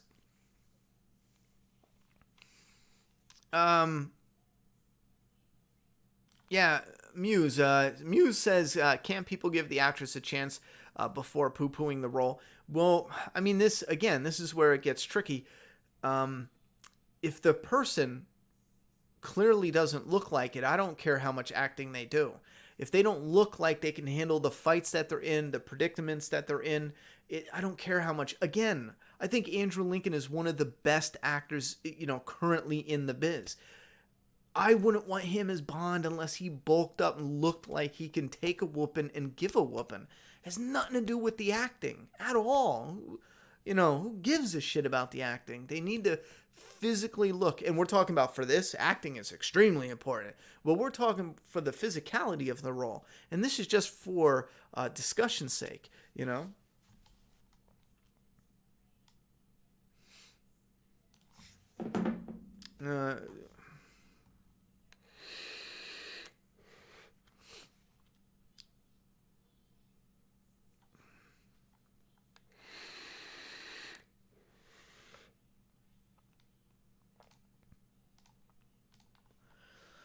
What else we got? Let me scroll down to the more newer words. Why does it mean that she has to be in the kitchen because she's not the lead? I don't know what you're talking about, brother. Yeah, I have no idea what you're talking about. Bond has always been a dude. They're changing it to please the trendy 2000 bitches, right? Well, yeah, let's be real. I mean, again, they're doing this because of the trend we're in. Speaking of Scarlett Johansson, she's 100% right. We see it as fans, let alone some of the leaks and some of this other shit going on, some other interviews and people talking about stuff behind the scenes in the business. We're seeing a trend right now, and it is a trend right now, to mix it up a bit and yada, yada, yada. And again, part of that does, and we did discuss this about the Batman TV show that's coming out. I did mention that there's part of this that is used as a tool to promote and to put their shit out there. Now, keep in mind, some of these people, I know a lot of people go, yo, you go woke, you go broke, and yada, yada, yada. But you have to look at the fact that there's some properties that, yeah, go woke and go broke comparatively, as if you compare it to if they promoted it just like a regular movie or show. But a lot of these properties, it's comparing to what they would have had if they just promoted it. And it didn't get the traction because no one was outraged. We're seeing a ton of this outrage marketing, and I think it's a mixture of people who, fall for the outrage marketing, believe in the outrage marketing, and then there's people who legitimately get into positions and I don't know, man. I don't know what to tell you, I mean, I think I understand partly when it comes to, Tom asked about representation. Why do people need to be represented? And I think there's a part of that I understand. For example, I already mentioned that I come from Native American descent, and there's pretty much my whole life. We did, what is it? I don't want to get too into it because we are getting the paperwork. We have it in Pennsylvania. It's all the official paperwork, but we're having it brought over. But my fifth great-grandfather was a chief it was either the Iroquois Nation or the Sioux or something like that. And coincidentally, his name was the same as mine. I guess it was like some English name when they, met up with settlers. I guess they took some English names and yada, yada, yada. But we're getting some of that information over here so we can verify it and make sure it's official and this, that, and the third. But the point is, all throughout my life, I had that Native American culture present. I mean, we went to different events. We went to a bunch of different things. I don't even know what they're called. I just called them powwows. But you would go and you would see the demonstrations of them dancing. They would create handmade items, whether it was bone tomahawks or things that you can hang on your wall, or paintings, or little figures, and they had the leather, and they all made it by hand and blah, blah, blah. So there's a big part of me that doesn't see Native American representation in Hollywood at all. I mean, so many people throw a fit about representation, yet Native Americans are fucking dying on reservations. We're all over here like, oh, boo hoo hoo, we need, we need more gay people in TV, and Native Americans are just over there fucking dying. You know what I'm saying? Don't tell me you care, because people only care to an extent, to a selfish extent. A lot of people, it is a thing, they do it because it makes them feel good. It's this burst of, and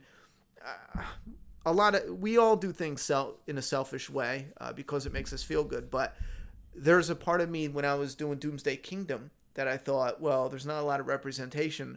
I'm going to pay my ancestry, some respect or an homage, pay homage to them and make a certain character Native American. And we actually have a group of characters Native American, and it's because part of the story cuts through a reservation in America. So one of the characters, you guys know, we already talked about her. Her code name is Crow, and she's somebody who trained as a fighter. She's a little spitfire. She kind of a bit of a negative person, a bit of an angry person, a bit of rough around the edges, so to speak.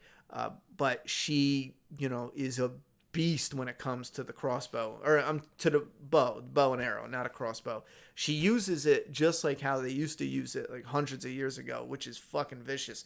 Anyway, so when it comes to representation, there's a part of that I understand, because again, I did it in Doomsday Kingdom, but I feel like I did it in a way that was positive and organic, and there was there was love out of that. I did it out of love, so to speak. So I didn't rush her as the main character. I didn't force her in issue 2 or issue 1. No, because of the way the story unfolds, it's going to take us about, let's say, 20 issues. Just a example. Let's say it takes 16 issues. I'm not bringing her in on issue 10. The difference between Hollywood today and my firm stance on letting the story organically get there is Hollywood today doesn't wait till issue 17.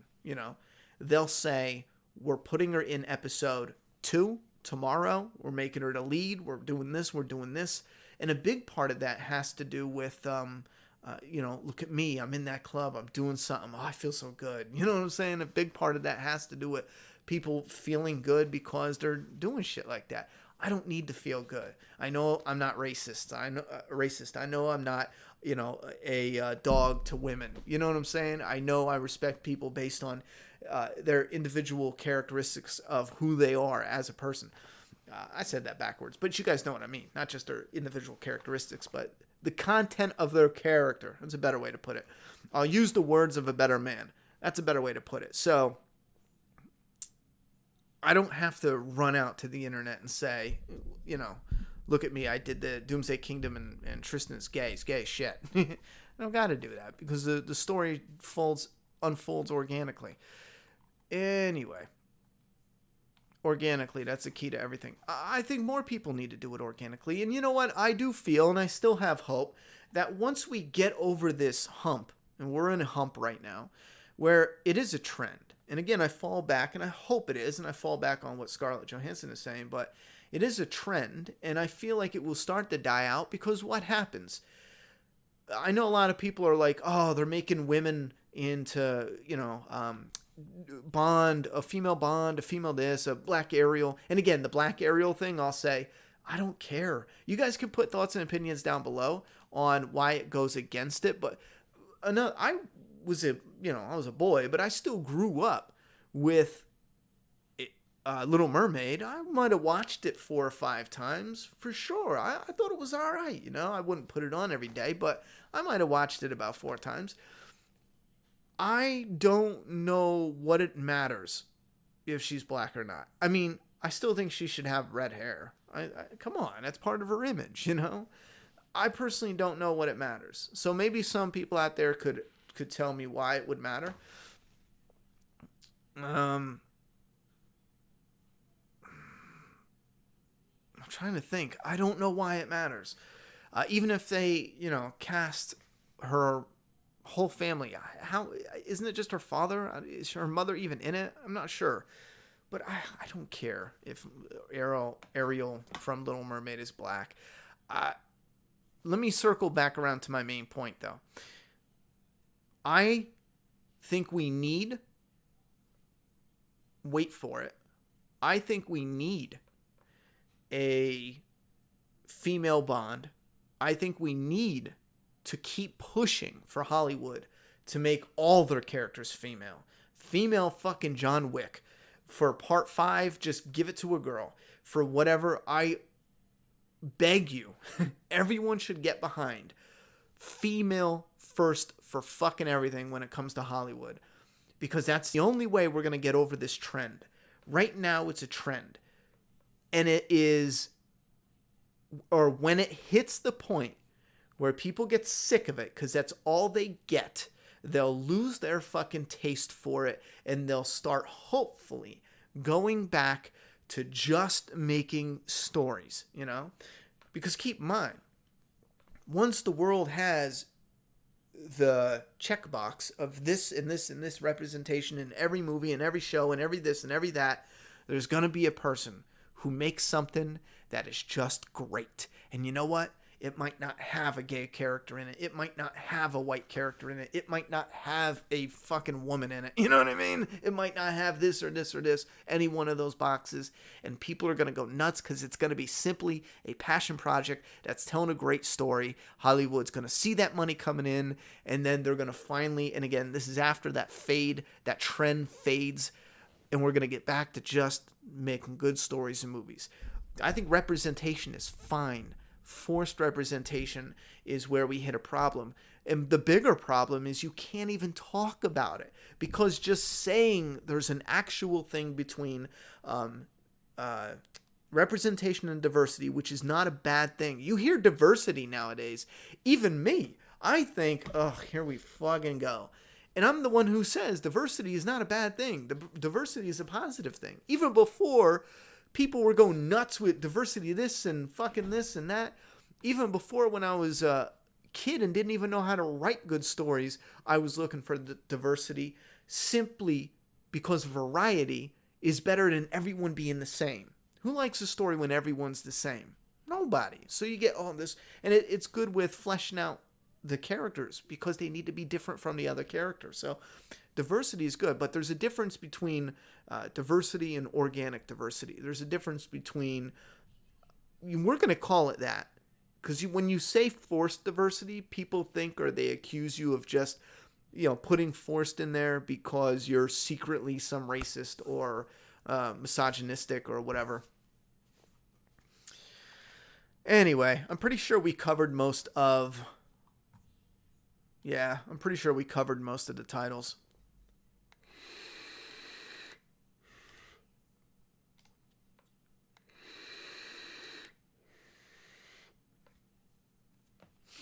Let me... Oh. I gotta put up this PayPal for that. It didn't show up. Hold on 1 second. There it is. Anyway, let me see what you guys are saying.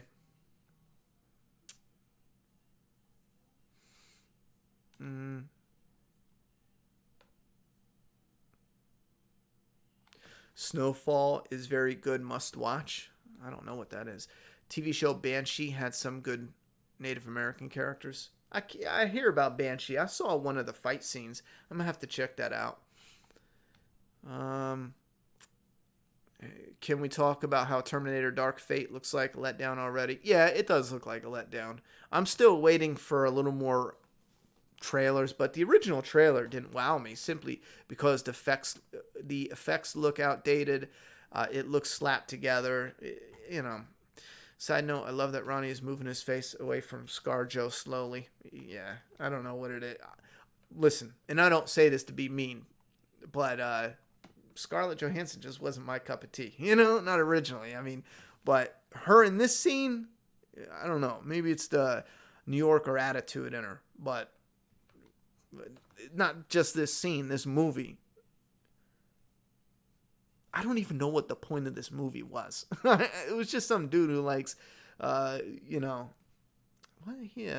think he was addicted to sex. I think that's what it was. I don't even understand the point of the movie, but she was fly in this. I think people need to stop thinking that the loudest internet voices are what people think. People are generally more nuanced in their thinking than quick quibs on social media.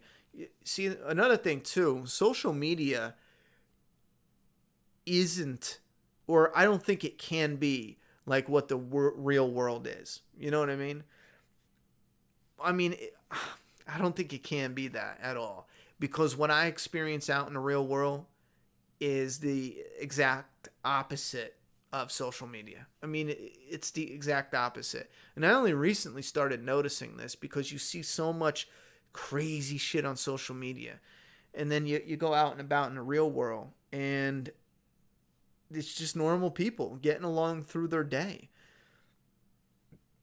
Raleigh, where I live, it's diverse as fuck. You'll find someone from every walk of life. You know what I mean?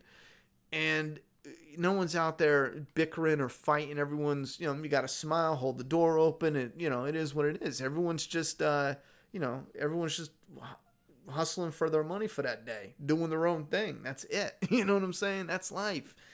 And that's a big part of why I say I have a simple philosophy. The only thing I don't do is stop somebody from going after what makes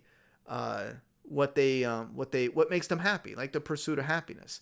You know what I mean? And I don't think anyone should be stopped in their pursuit of happiness. Again, that is with the caveat that you're not hateful. Your pursuit of happiness isn't abusing people and yada, yada, yada, because that's patently wrong. What are those? What are those? Yeah, go in the kitchen and make me a sandwich, will you? We were just talking about the roles that men and women. We got to teach you how to be a proper female. You got to go make a sandwich because you're going to have a husband one day. No, I don't want a sandwich. Get back in here. I was joking. We don't even have anything to make a sandwich. I wasn't even going to go to make a sandwich. Oh, no. No, why not? No. Huh?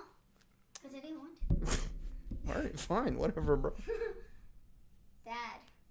What? Is this the thing that you keep all the passwords Spin. in? No, I left it out on the counter. Oh, Why? Okay.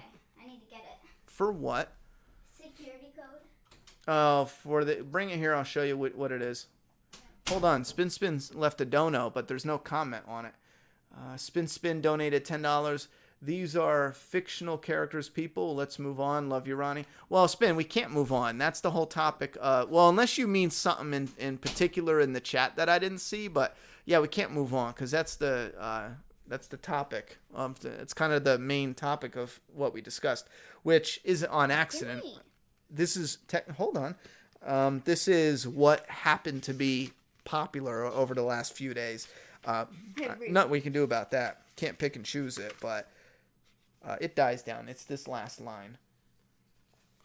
And you have to, the only one that's not capital is that letter right there. Go ahead. Okay, so everything's capital? Everything's capital except for that. No, go ahead and let me know if you have any problems. You could take that with you so you don't have to memorize it. Can I show them this? No way. Oh, that, yeah. So you're like, no way. You can't show them our security code. You don't have to cover that up. Just show them this. Okay, look. That frowny face, though. Look at that perfect circle. That was a design for a map t-shirt, if anyone was interested. That was one of the... Because here's the thing is, I love the zombie head with the map sign that James drew. And that was always supposed to be the map logo. What? But I always needed something that was cleaner and simple for logos, because then when you're putting it on t-shirts and hats, if you're taking this really detailed image and you're making it so tiny, I mean, it works. You can get it to work, but we needed some that were a little more simple to put on some smaller logos and to make a more cleaner, shirts and stuff like that. I still want the James logo on some shirts because those are awesome. We have some on Redbubble. I never promote it though because we're coming up with our own logos. But again, thank you very much, Spin, for the dono. I do appreciate that. All right, let me see what you said, Spin. The whole chat is on one side of the issue. It makes for a fist fight in the comments. If you hold a different opinion, you become a target. Well, yeah, that's something I was talking about with the different targets on Twitter. We see this, and it shouldn't be this way. It should be, here's how I think, and whoop-de-whoop. And then the other person's like, well, I think this because of this and this. And that's it. Everyone just shares your opinion and you move on with it. I mean, even if we argue in the comments, none of us is going to fix or correct anything or make anything different. Go do the thing. No one's going to do anything. So it doesn't even matter if we argue. You know what I mean? So just share your opinions and move on with it. Ronnie, are you offended by the name Redskins? No, I'm not personally.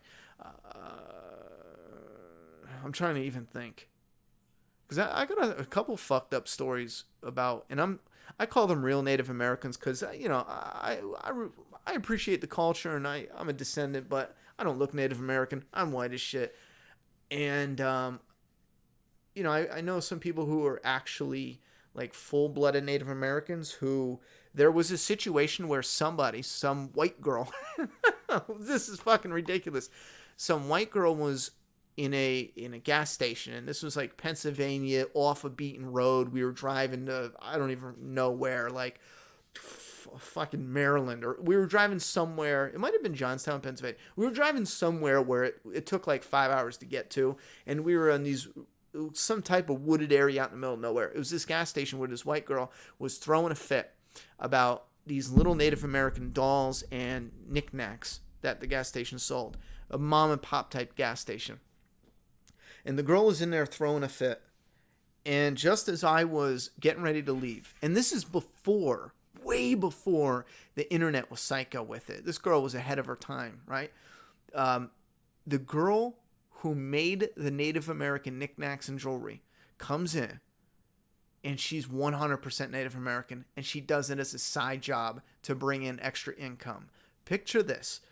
You have full-blooded Native American carrying on stuff that's in their culture, which happens. All my life, we've gone to events where Native Americans create their culture, in knickknacks and shit, that they openly, willingly, happily sell for added and extra income. Because tourists love it, and it's all love. Everyone comes. I mean, it's so different. On Twitter, people are like, "Oh, you're what is that word? I forget what the word is." But this girl was like, "How dare you sold that?" Cultural appropriation, right? That. Anyway, so this white girl's going off. This girl comes in, 100% Native American, making some extra scratch, happily selling it, which, you know, I mean, everyone does that in their custom in some way, shape, or form. And it literally, for a moment, made me just like, my brain can't process this. I can't even fucking process this. I go to the gas station. I don't give a fuck what you're doing. You don't know what it means, who's this and who's that. You know what I'm saying? But for a woman to come in and be like, da-da-da-da-da, just the fucking nerve and the balls. And we see that to this day with lots of different things. So, you know, for me personally, I don't give a shit about the name Redskins. But that's not up for me to decide. I leave that up to, you know, people who look Native American, for one. I would imagine no one gives a shit what I have to say about it, but I don't care. A lot of my family, though, especially on the Native American side, they don't give a flying fuck either. I know my grandmother used to have a Redskins magnet on the fridge for a long time, for years, in her house in Pennsylvania. She liked it because it was Redskins. It was kind of like, you know, here it is, but whatever. Would you like to see a zombie series from the perspective of the villain and how they came to power? No. No. We have something kind of sort of similar to that in Doomsday Kingdom already, so fuck no, I don't want anyone to do it. Please, dear God, let us get some of our stuff out first before Hollywood, you know? But if you're interested in something like that, dear God, hang in there. You know, wait till Doomsday Kingdom's in Volume 2 and you'll start to get an idea of what I'm talking about. In Fear, how can all the kids and everybody else fit on the small plane? Over 20 people think it will leave. I have no idea. I mean, Fear, they'll probably just make it work anyway. How much material do you currently have for Doomsday Kingdom? Like, how many issues?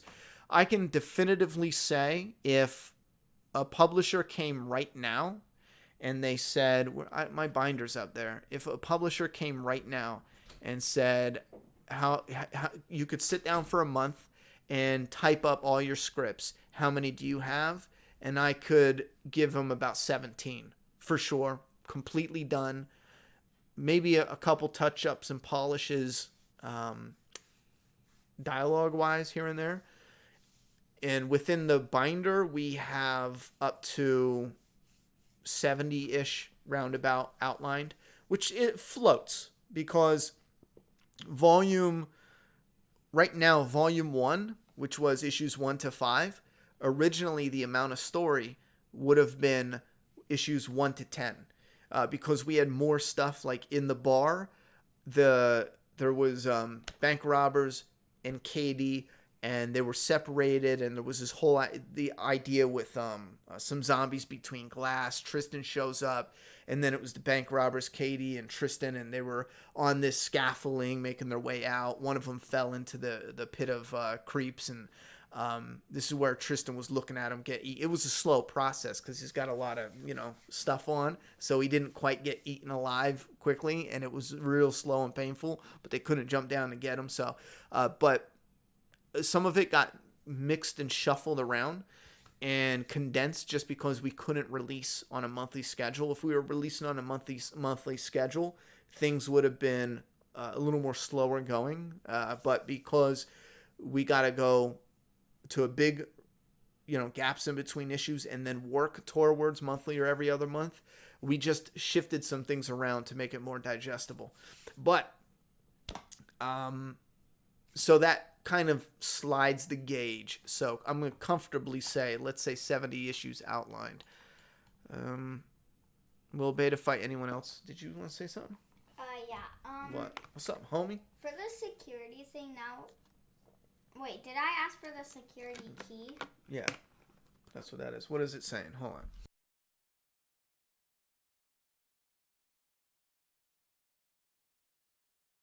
If it doesn't work, tell me. I'll come in and do it real quick because I'm almost done here. Would you like to see? I don't know that.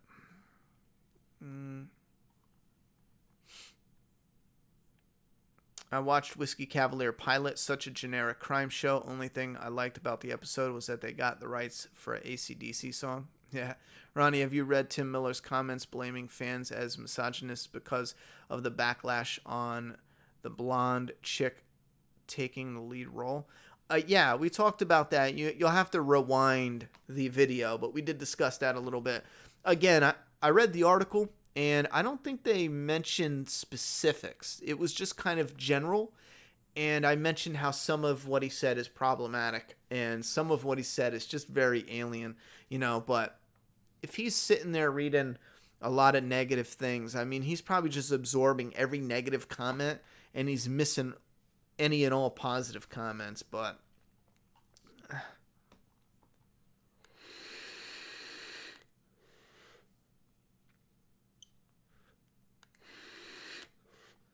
homework. It's summer, Aaron. There's no homework for anybody. Let me see what we're talking about up here. If you were right about people being able to talk about things like adults, then I wouldn't say to move on. Yeah, we're going to get into some of those things, though, Spin, where it's just not going to be. What are you guys disagreeing on anyway? I mean, do you mean the entire chat is on one side and you're the only one on the other? What other side are you on? I mean, I think it would help, bring it out a little bit. Maybe we can dissect what the issues are. Because here's what I see all the time. I see people who it's a different variation, and it essentially, what's a good way to put it? You'll take two people who have just a little different variation of something, but it seems so different and yada, yada, yada. And in reality, it's just a little tiny, deviation from what the other one believes. Do you think the Map fam is mature enough to keep disagreements civil? I think most of them, yeah. But here's the thing. It's not just the Map fam. You have, people who are here all the time, been here for years. But you also have a big chunk that don't even like, well, not a big chunk. Let's say you have 10% of the people who just hate watch. They don't even like me. Most comments, they don't even like Fear the Walking Dead or The Walking Dead. I see a lot of people, why are you guys watching this shit show? Yada, yada. Just because someone's in the comment section doesn't make them a part of the Map family. Just because they're here or watching. So there's like that 10%. It didn't work? I'll be out there. There's like that 10%. I even pressed the thing to look at what I wrote. Oh, okay. And you did it right? Are you sure you're on the right internet line? Mm-hmm.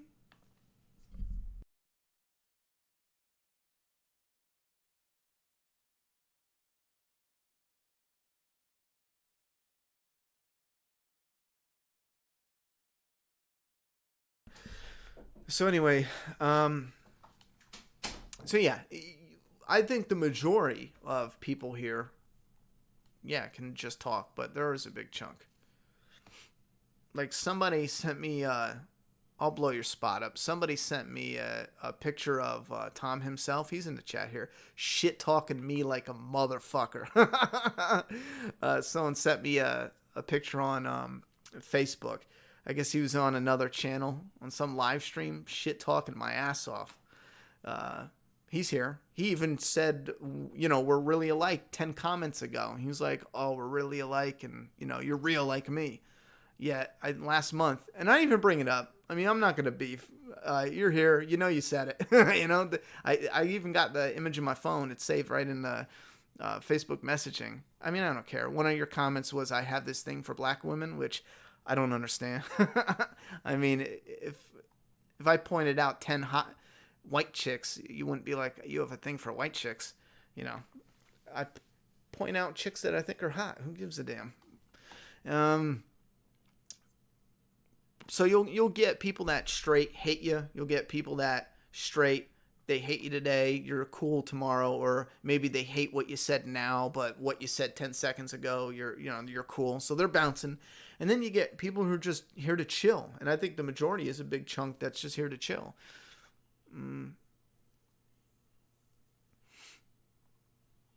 Do you think the Map fam is... Okay, how did I... Before your question... Wait. Don't forget to put Map before your question so Ronnie can pick it out. Yeah, if you guys can see, it highlights it.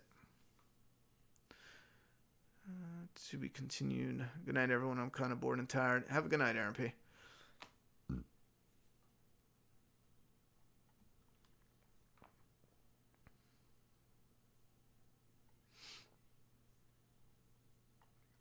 I just wish they fleshed out the characters and didn't just hype up the race or gender, just to make good characters. Stop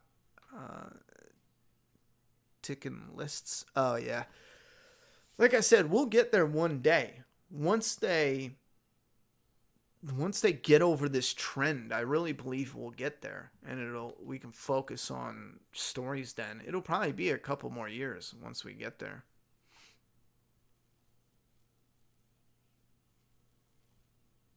Yeah, I think the chat's been pretty good. I mean, that's comparative to some other channels. I've seen some chats where you can't even go in it because it's just nonsense. Just fighting to fight. That's why I don't get too bent out of shape about arguing about points and shit. I'm pretty chill when it comes to you. Tell me how you feel in your perspective, because no matter what you say and no matter what I say to that or in response to that, neither one of us is changing shit currently. So it don't really matter what you say, and it doesn't matter what I say. We ain't changing nothing. It's so stupid that sharing and borrowing from different cultures is considered a bad thing now. How can cultures evolve if we don't learn from each other and build off each other's cultures? See, again, this is where things get mixed up. Cultural appropriation is something, but people are taking that and adding it to everything that highlights a culture or something from a culture that's in, around, or near something from a different culture. And I hate to say it, but it's usually when it comes to white people. If a white person's around anything or has to do with anything from a different culture, some people go nuts. And a lot of times it's other white people going nuts. Example, the chick at the fucking gas station was a white chick flipping about Native American knickknacks. Here's a Native American doing it for side cash. You know what I'm saying? It's like, just shut up and get your gas. I think there was someone who's mad about dreadlocks. We see that. Cultural appropriation. And dreadlocks came from fucking Egypt, didn't they? The last time I checked. Again, it's been a long time. I used to love history, but I'm almost positive dreadlocks came from Egypt. The Vikings, it's not just African American culture. It's not just. I'm sorry if you thought that. It's not. And here's the thing. That doesn't take anything away from African American culture. It doesn't take anything away from it at all. I don't get that one either. Have you ever seen opening Doomhead monologue from Rob Zombie, movie 31? I have his movie 31. I hate it. What inspired you to write Doomsday Kingdom, and are there any villains popping up later in the story? Yeah, there are villains. You've actually already seen hints of some villains. Here's one thing that I love about Doomsday Kingdom that I'm afraid is going to blow up my face. I get frustrated with comic books and TV shows that do this, where they'll put something in an episode and, in seasons they'll put it and they'll put the seeds all the way through the season. I really love that stuff. But in comic books, a lot lately, you'll see stuff put in a comic and then wrapped up or kind of finished off like in that one single issue comic. And let's say the comic is, 30, 40 issues long or longer.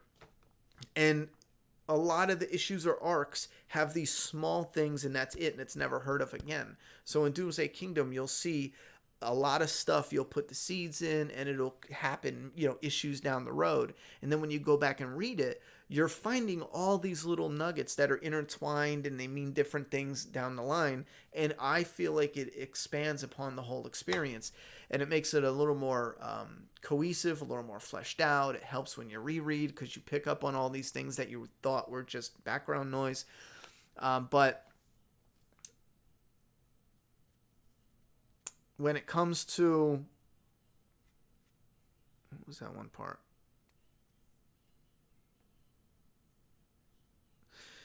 When it comes to what inspired me to write Doomsday Kingdom, I would have to say the biggest inspiration, one of the first, was playing Resident Evil and just enjoying that as a video game, that experience. From that point on, I knew I wanted to either read more zombie stuff, to watch it, or to play it in a game. I knew I wanted to watch the old stuff, the new stuff.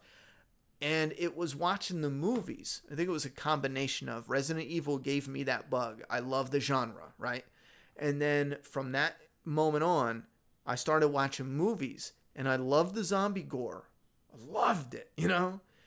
But I hated the characters. I hated the story. And sometimes I didn't hate the story, but I just thought it was dull. Like going into a mall. I was like, yeah, that would be rad. And I get it. They're shopping, they're doing this, but I don't know, man. It just, the characters and the story, it just didn't do anything for me. That was my biggest inspiration to sit down and start writing Doomsday Kingdom, is from the content that was out there. I didn't find any that took itself serious. And that was my absolute biggest inspiration. Sons of Anarchy pilot episode was meh. First recommendation of you that didn't hit the spot for me. I liked Peggy Bundy's character, though. If you stop after the pilot episode, I don't know what to tell you, homie. I don't think I was blown away with Sons of Anarchy in the first episode at all. You know what I mean? When it comes to you're going to have to at least watch 3 or 4 before you give up on it. Because I did the same. I watched the first one. I watched it with Juliet's mother. And we were like, yeah, that's all right. Maybe we'll put on another one. And it just builds and builds and builds.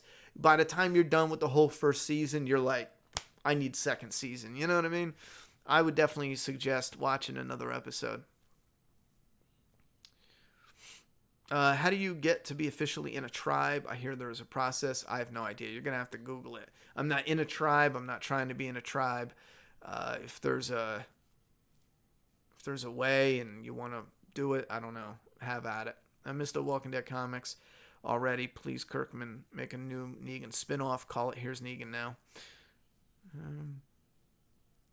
I mean, they might eventually. You got to give it a couple of years, though. Jax beat up the dealer for selling dope for his Prego girlfriend, but was her who went to him to buy it. Guy was doing his job. Kind of hate Jax.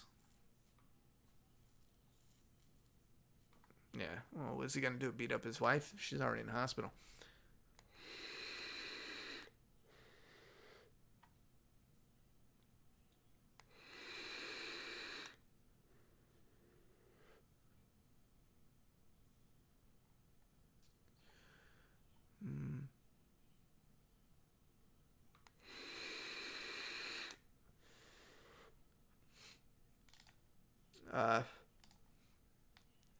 It's been a few years. I'll look it up, Muse. It's been a few years, but I remember the tricky part with Dreads. I remember, or at least I think I remember. The tricky part is Dreads just didn't appear in one place and everyone borrowed it. There's different places that didn't interact that were doing, that were having dreadlocks as a style. You know what I'm saying? So I'll look it up, but it's tricky to say it was here first and then people just copied after them. Because I'm almost positive it was maybe like 2 or 3 places that never intersected that had the shit, and the timelines you can't verify, but they estimate between 50 to 100 years. You know what I mean?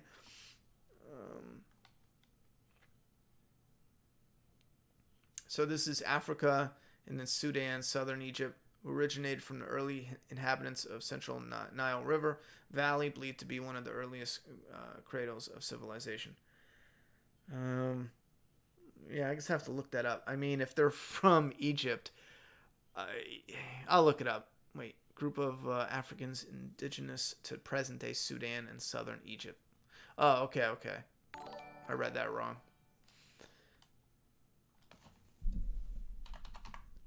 Can't you just Google dreadlock origin? I'm sure someone has a breakdown timeline. Dreadlocks originated in India, unlike most who cite Egypt as their birthplace, with the dreadlock deity Shiva and his followers. It is likely that this is the spiritual origin of dreadlocks in Indian culture. The Germanic tribes and Vikings were also known to wear their hair in dreadlocks. Okay, so there is for those who want to know specifics, there is a history of dreadlocks. If you guys want to know, someone should read it and let us know where dreads are from, so we can peg this down. Ronnie, are you going to watch The Watchmen when it comes to HBO? I don't know. I'm thinking about closing out my HBO account, so I might not be watching Watchmen. I I just don't think HBO, even when Game of Thrones was on, like I had it and it was great. And thank you very much for the donation. I had it and it was great, and I just left it on, and it's awesome because you just pay the bill and then you turn your phone on and yada yada yada. But with Game of Thrones gone and the way HBO puts shows up there, I was getting frustrated with the ridiculously small, I mean tiny amount of options comparatively to, like, Netflix has a lot, but HBO just has such a small amount. You can scroll through the horror section and it's the same shit that's been there for 2 years, and they rarely get new shit. They'll get the new shit, but they rarely get any older ones popping on. And then HBO just announced they're starting HBO Max, which is going to be different from HBO Go, and it's going to be HBO's version of Netflix, which really irritated me because I just want to pay once and get all of HBO, whatever they fucking do. I think they should just make one thing, because you know what's going to happen?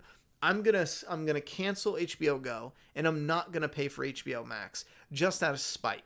You know, I'll just buy the separate shits when I want to watch them, because it's just not worth. I'm not paying them twice. You know what I mean? So I'm just gonna get rid of HBO, I think. And when Watchmen comes out, if it's people are saying it's great, when is that coming out?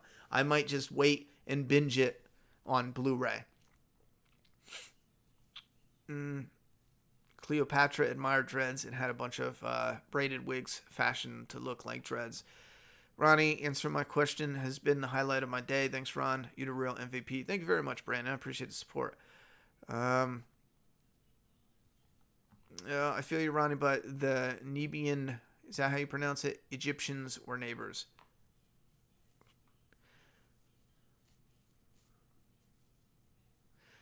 I mean, yeah.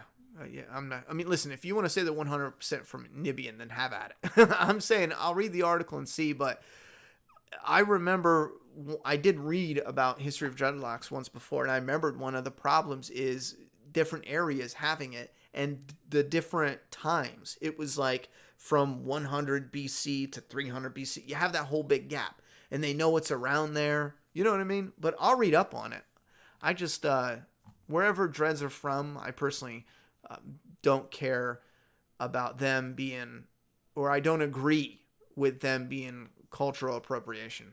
I don't agree with that, not one bit. Plus, I played Cleopatra twice. That's what's up.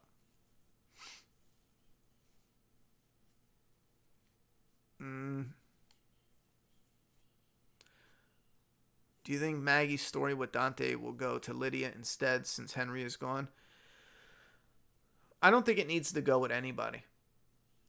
Keep in mind, I think I think the comic and the show needs to just go its own separate ways. Or the show should just go its own way from the comic.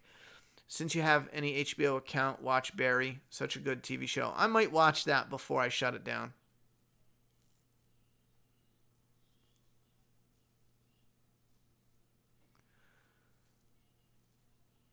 What's the difference between HBO Max and HBO Go?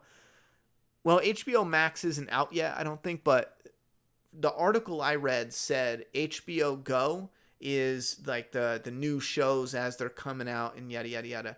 And HBO Max, and again, this is as general as it got, is going to be HBO's version of Netflix.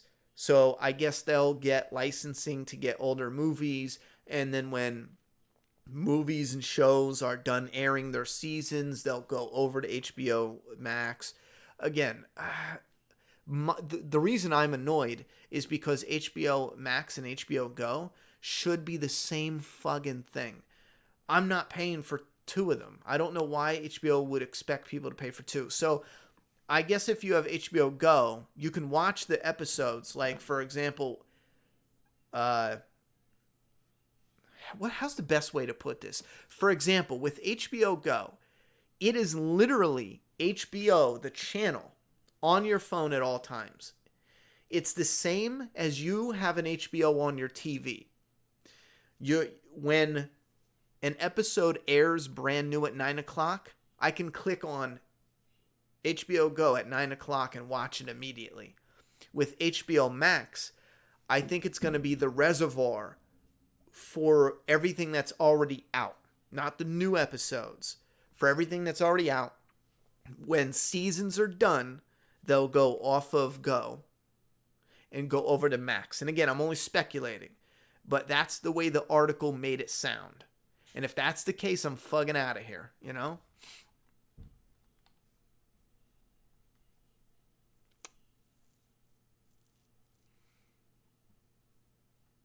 I don't know what you're talking about, Tom himself.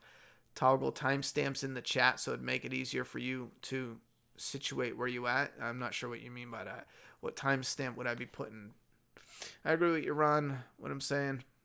Oh, I got you.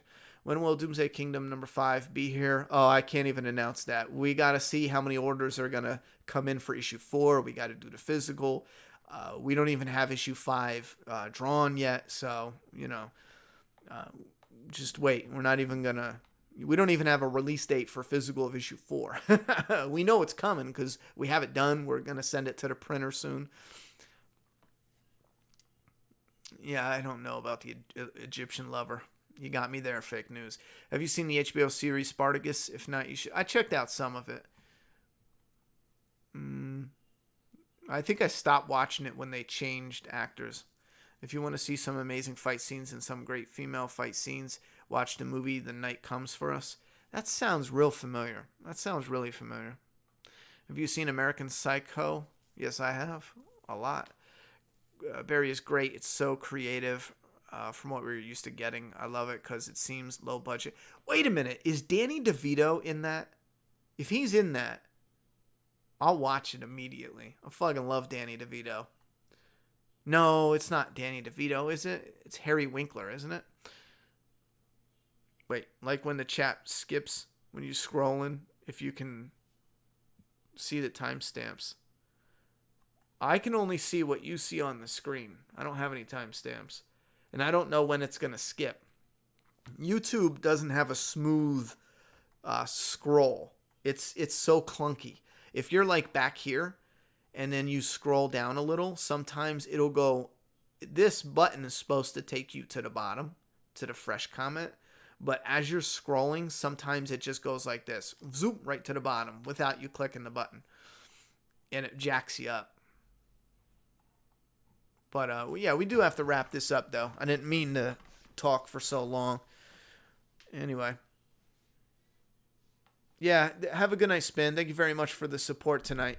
Get some sleep. I got to shut this down because I got to get up early and help get the new place situated tomorrow. Bill Hader created Barry. Yes, Henry Winkler is fantastic in it. I like him. He's the Fonz, right? I'm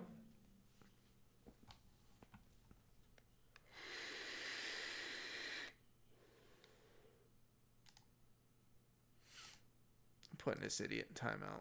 Wait. You can't do that anymore? Why not?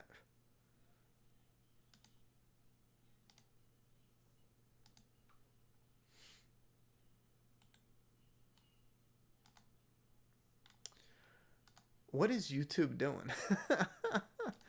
Why can't you do that? They took all your shit away. That doesn't make any sense. YouTube's constantly fucking up. You used to be able to put people in timeout and shit. Fake news, I don't like. Oh, shit. I could do it over here. I'm putting you in timeout. Fake news, because you're just fucking troll. You know, and it, when we're not doing anything, it's funny. But when we're kicking it, it's just annoying. I've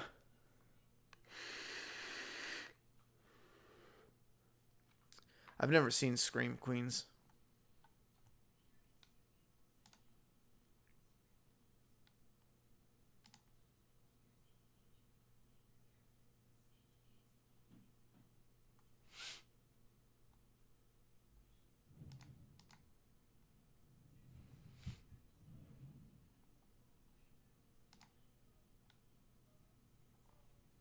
You ever watch a show, Workaholics? It's a comedy? No, I don't think so. Tonight Comes for Us sounds familiar because I've mentioned it before many times, but you say, no, I don't think it's that.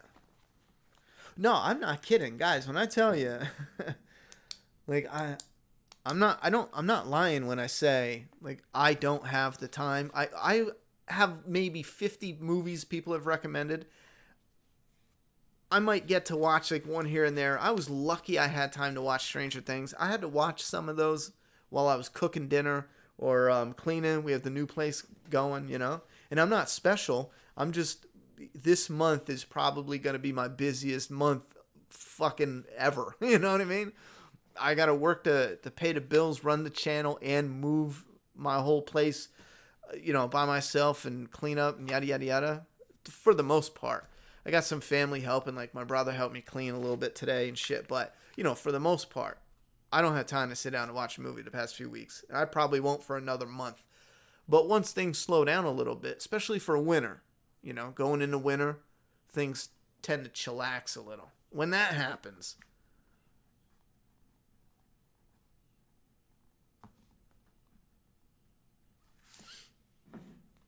but even when I do get a bit of free time, I might play like 30 minutes of a game, and I upload it on my personal channel here and there. I've been playing Borderlands 2, and if you watch videos, I really only get about 30 minutes at a time. I'll have 30 minutes where we're going to leave somewhere, and I'm like, all right, well, I can sit down and play for 30 minutes before we go.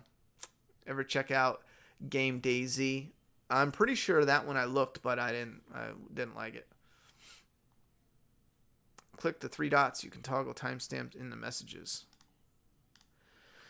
For some reason, I have to do it on I can't do it when the chat is popped out like this. I can do it over here on my main page. Have a good night, Ian. It worked, Ronnie. Spin says. Yeah, it worked. I timed his ass out. He ain't too bad. It's just when you're getting into shit and, you're trying to read a question and he's asking some ridiculous shit, it's like, just chill, bro. Californication. I love Californication. That shit is hilarious. My brother looks like David Duchovny. We used to say that when he was in X-Files. My brother looked a lot like him. I'm getting a lot of Walking Dead stuff this Friday at San Diego Comic-Con. Oh, have fun with that, buddy. Have fun with that. I don't know why they didn't come out with a Walker Rick. I mean, that would... Put it this way. I'm in charge of merchandise for The Walking Dead. You're going to get a Walker Rick. You're getting Old Man Carl. I mean, hell, we might even get Herschel with a cart with walkers. I mean, some big deluxe set. I don't know. The Walking Dead on it, yada, yada, yada. We're going to get a Rick statue, a resin, maybe like a 10-incher, not like the $300 ones. And I would tell them specifically, I was like, listen, the $300 ones sell, but let's be real here. Let's knock it down to around $150 price range. We'll get the Rick statue and we'll do some something zombies on the bottom or something. You know what I'm saying? Something cool that, embodies the franchise as a whole. Some neat shit. I don't know. I'd cop that. Or maybe go with a PVC 10-inch $40, focus on the painting, make it look statue-like, and just straight do Rick statue. I think people be all over that. Sell that at the con. Yeah. Sell it on the website. I think that would work.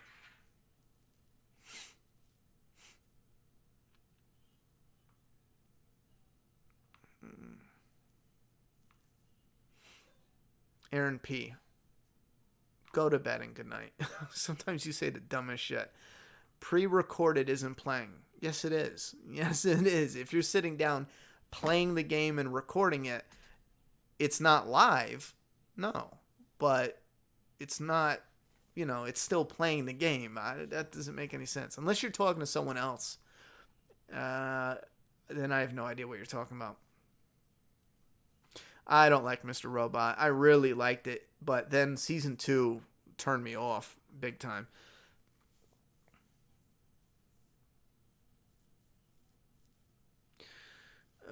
Gaming with Aaron. I'm gonna do an overall review sooner or later with the Telltale game, but my overall thoughts is um, it was something that should have built a company up. Instead, they dropped the ball. You know, it was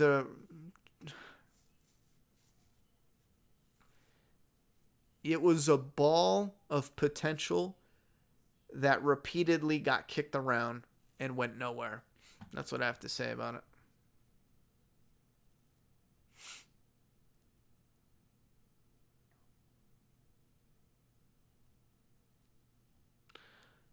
I don't know what Misery chick. Oh, you mean like the movie Misery? I think anybody would be worried about running into a chick like Misery. The girl in Misery, she's the one who broke the guy's legs with a sledgehammer. Yeah, nah, I'm good. They finally released season 3 of Scream, the TV series, after 2.5 years, but it was lame. First 2 seasons were okay, but they rebooted it after a cliffhanger. That Scream face looked like a blow up, like one of those sex blow up dolls. That looked crazy. Did you hear about the Walking Dead spinoff? Yeah, XL. We talked about that in this live stream earlier. I am gonna shut it down though. Like I said, guys, I got a lot to do in the morning to finish up cleanup before we can start moving our stuff in. But thank you very much for coming out and chit chatting. It's gonna be real soon, either next Sunday or the Sunday after that. We're gonna have to stop doing the live streams for a little bit until we get set up in the new place. But I will be uploading videos, doing different discussions. Make sure if you're interested, make sure you're following my personal channel, because I will be doing some raw uploads, maybe showing off the new apartment and whatnot on that channel. Again, we are transitioning over to keeping this for more of the polished stuff coming after this move and whatnot. So if you're interested, check out the personal channel. Anyway, I've been good, Ranch King, but we're just ending it now. I'll have to catch up with you on the next one. And again, that's maybe next Sunday we'll do one. If not, it'll be a few weeks, but we'll have a few videos coming up here and then. But thank you very much for the support. I appreciate the like button if you hit it on any and all videos that you watch throughout the week. The donos, the Patreon, everything to help keep this boat afloat. I appreciate it. Have a good night, and I'll see you guys in the next stream, which would be next week, I hope. All right.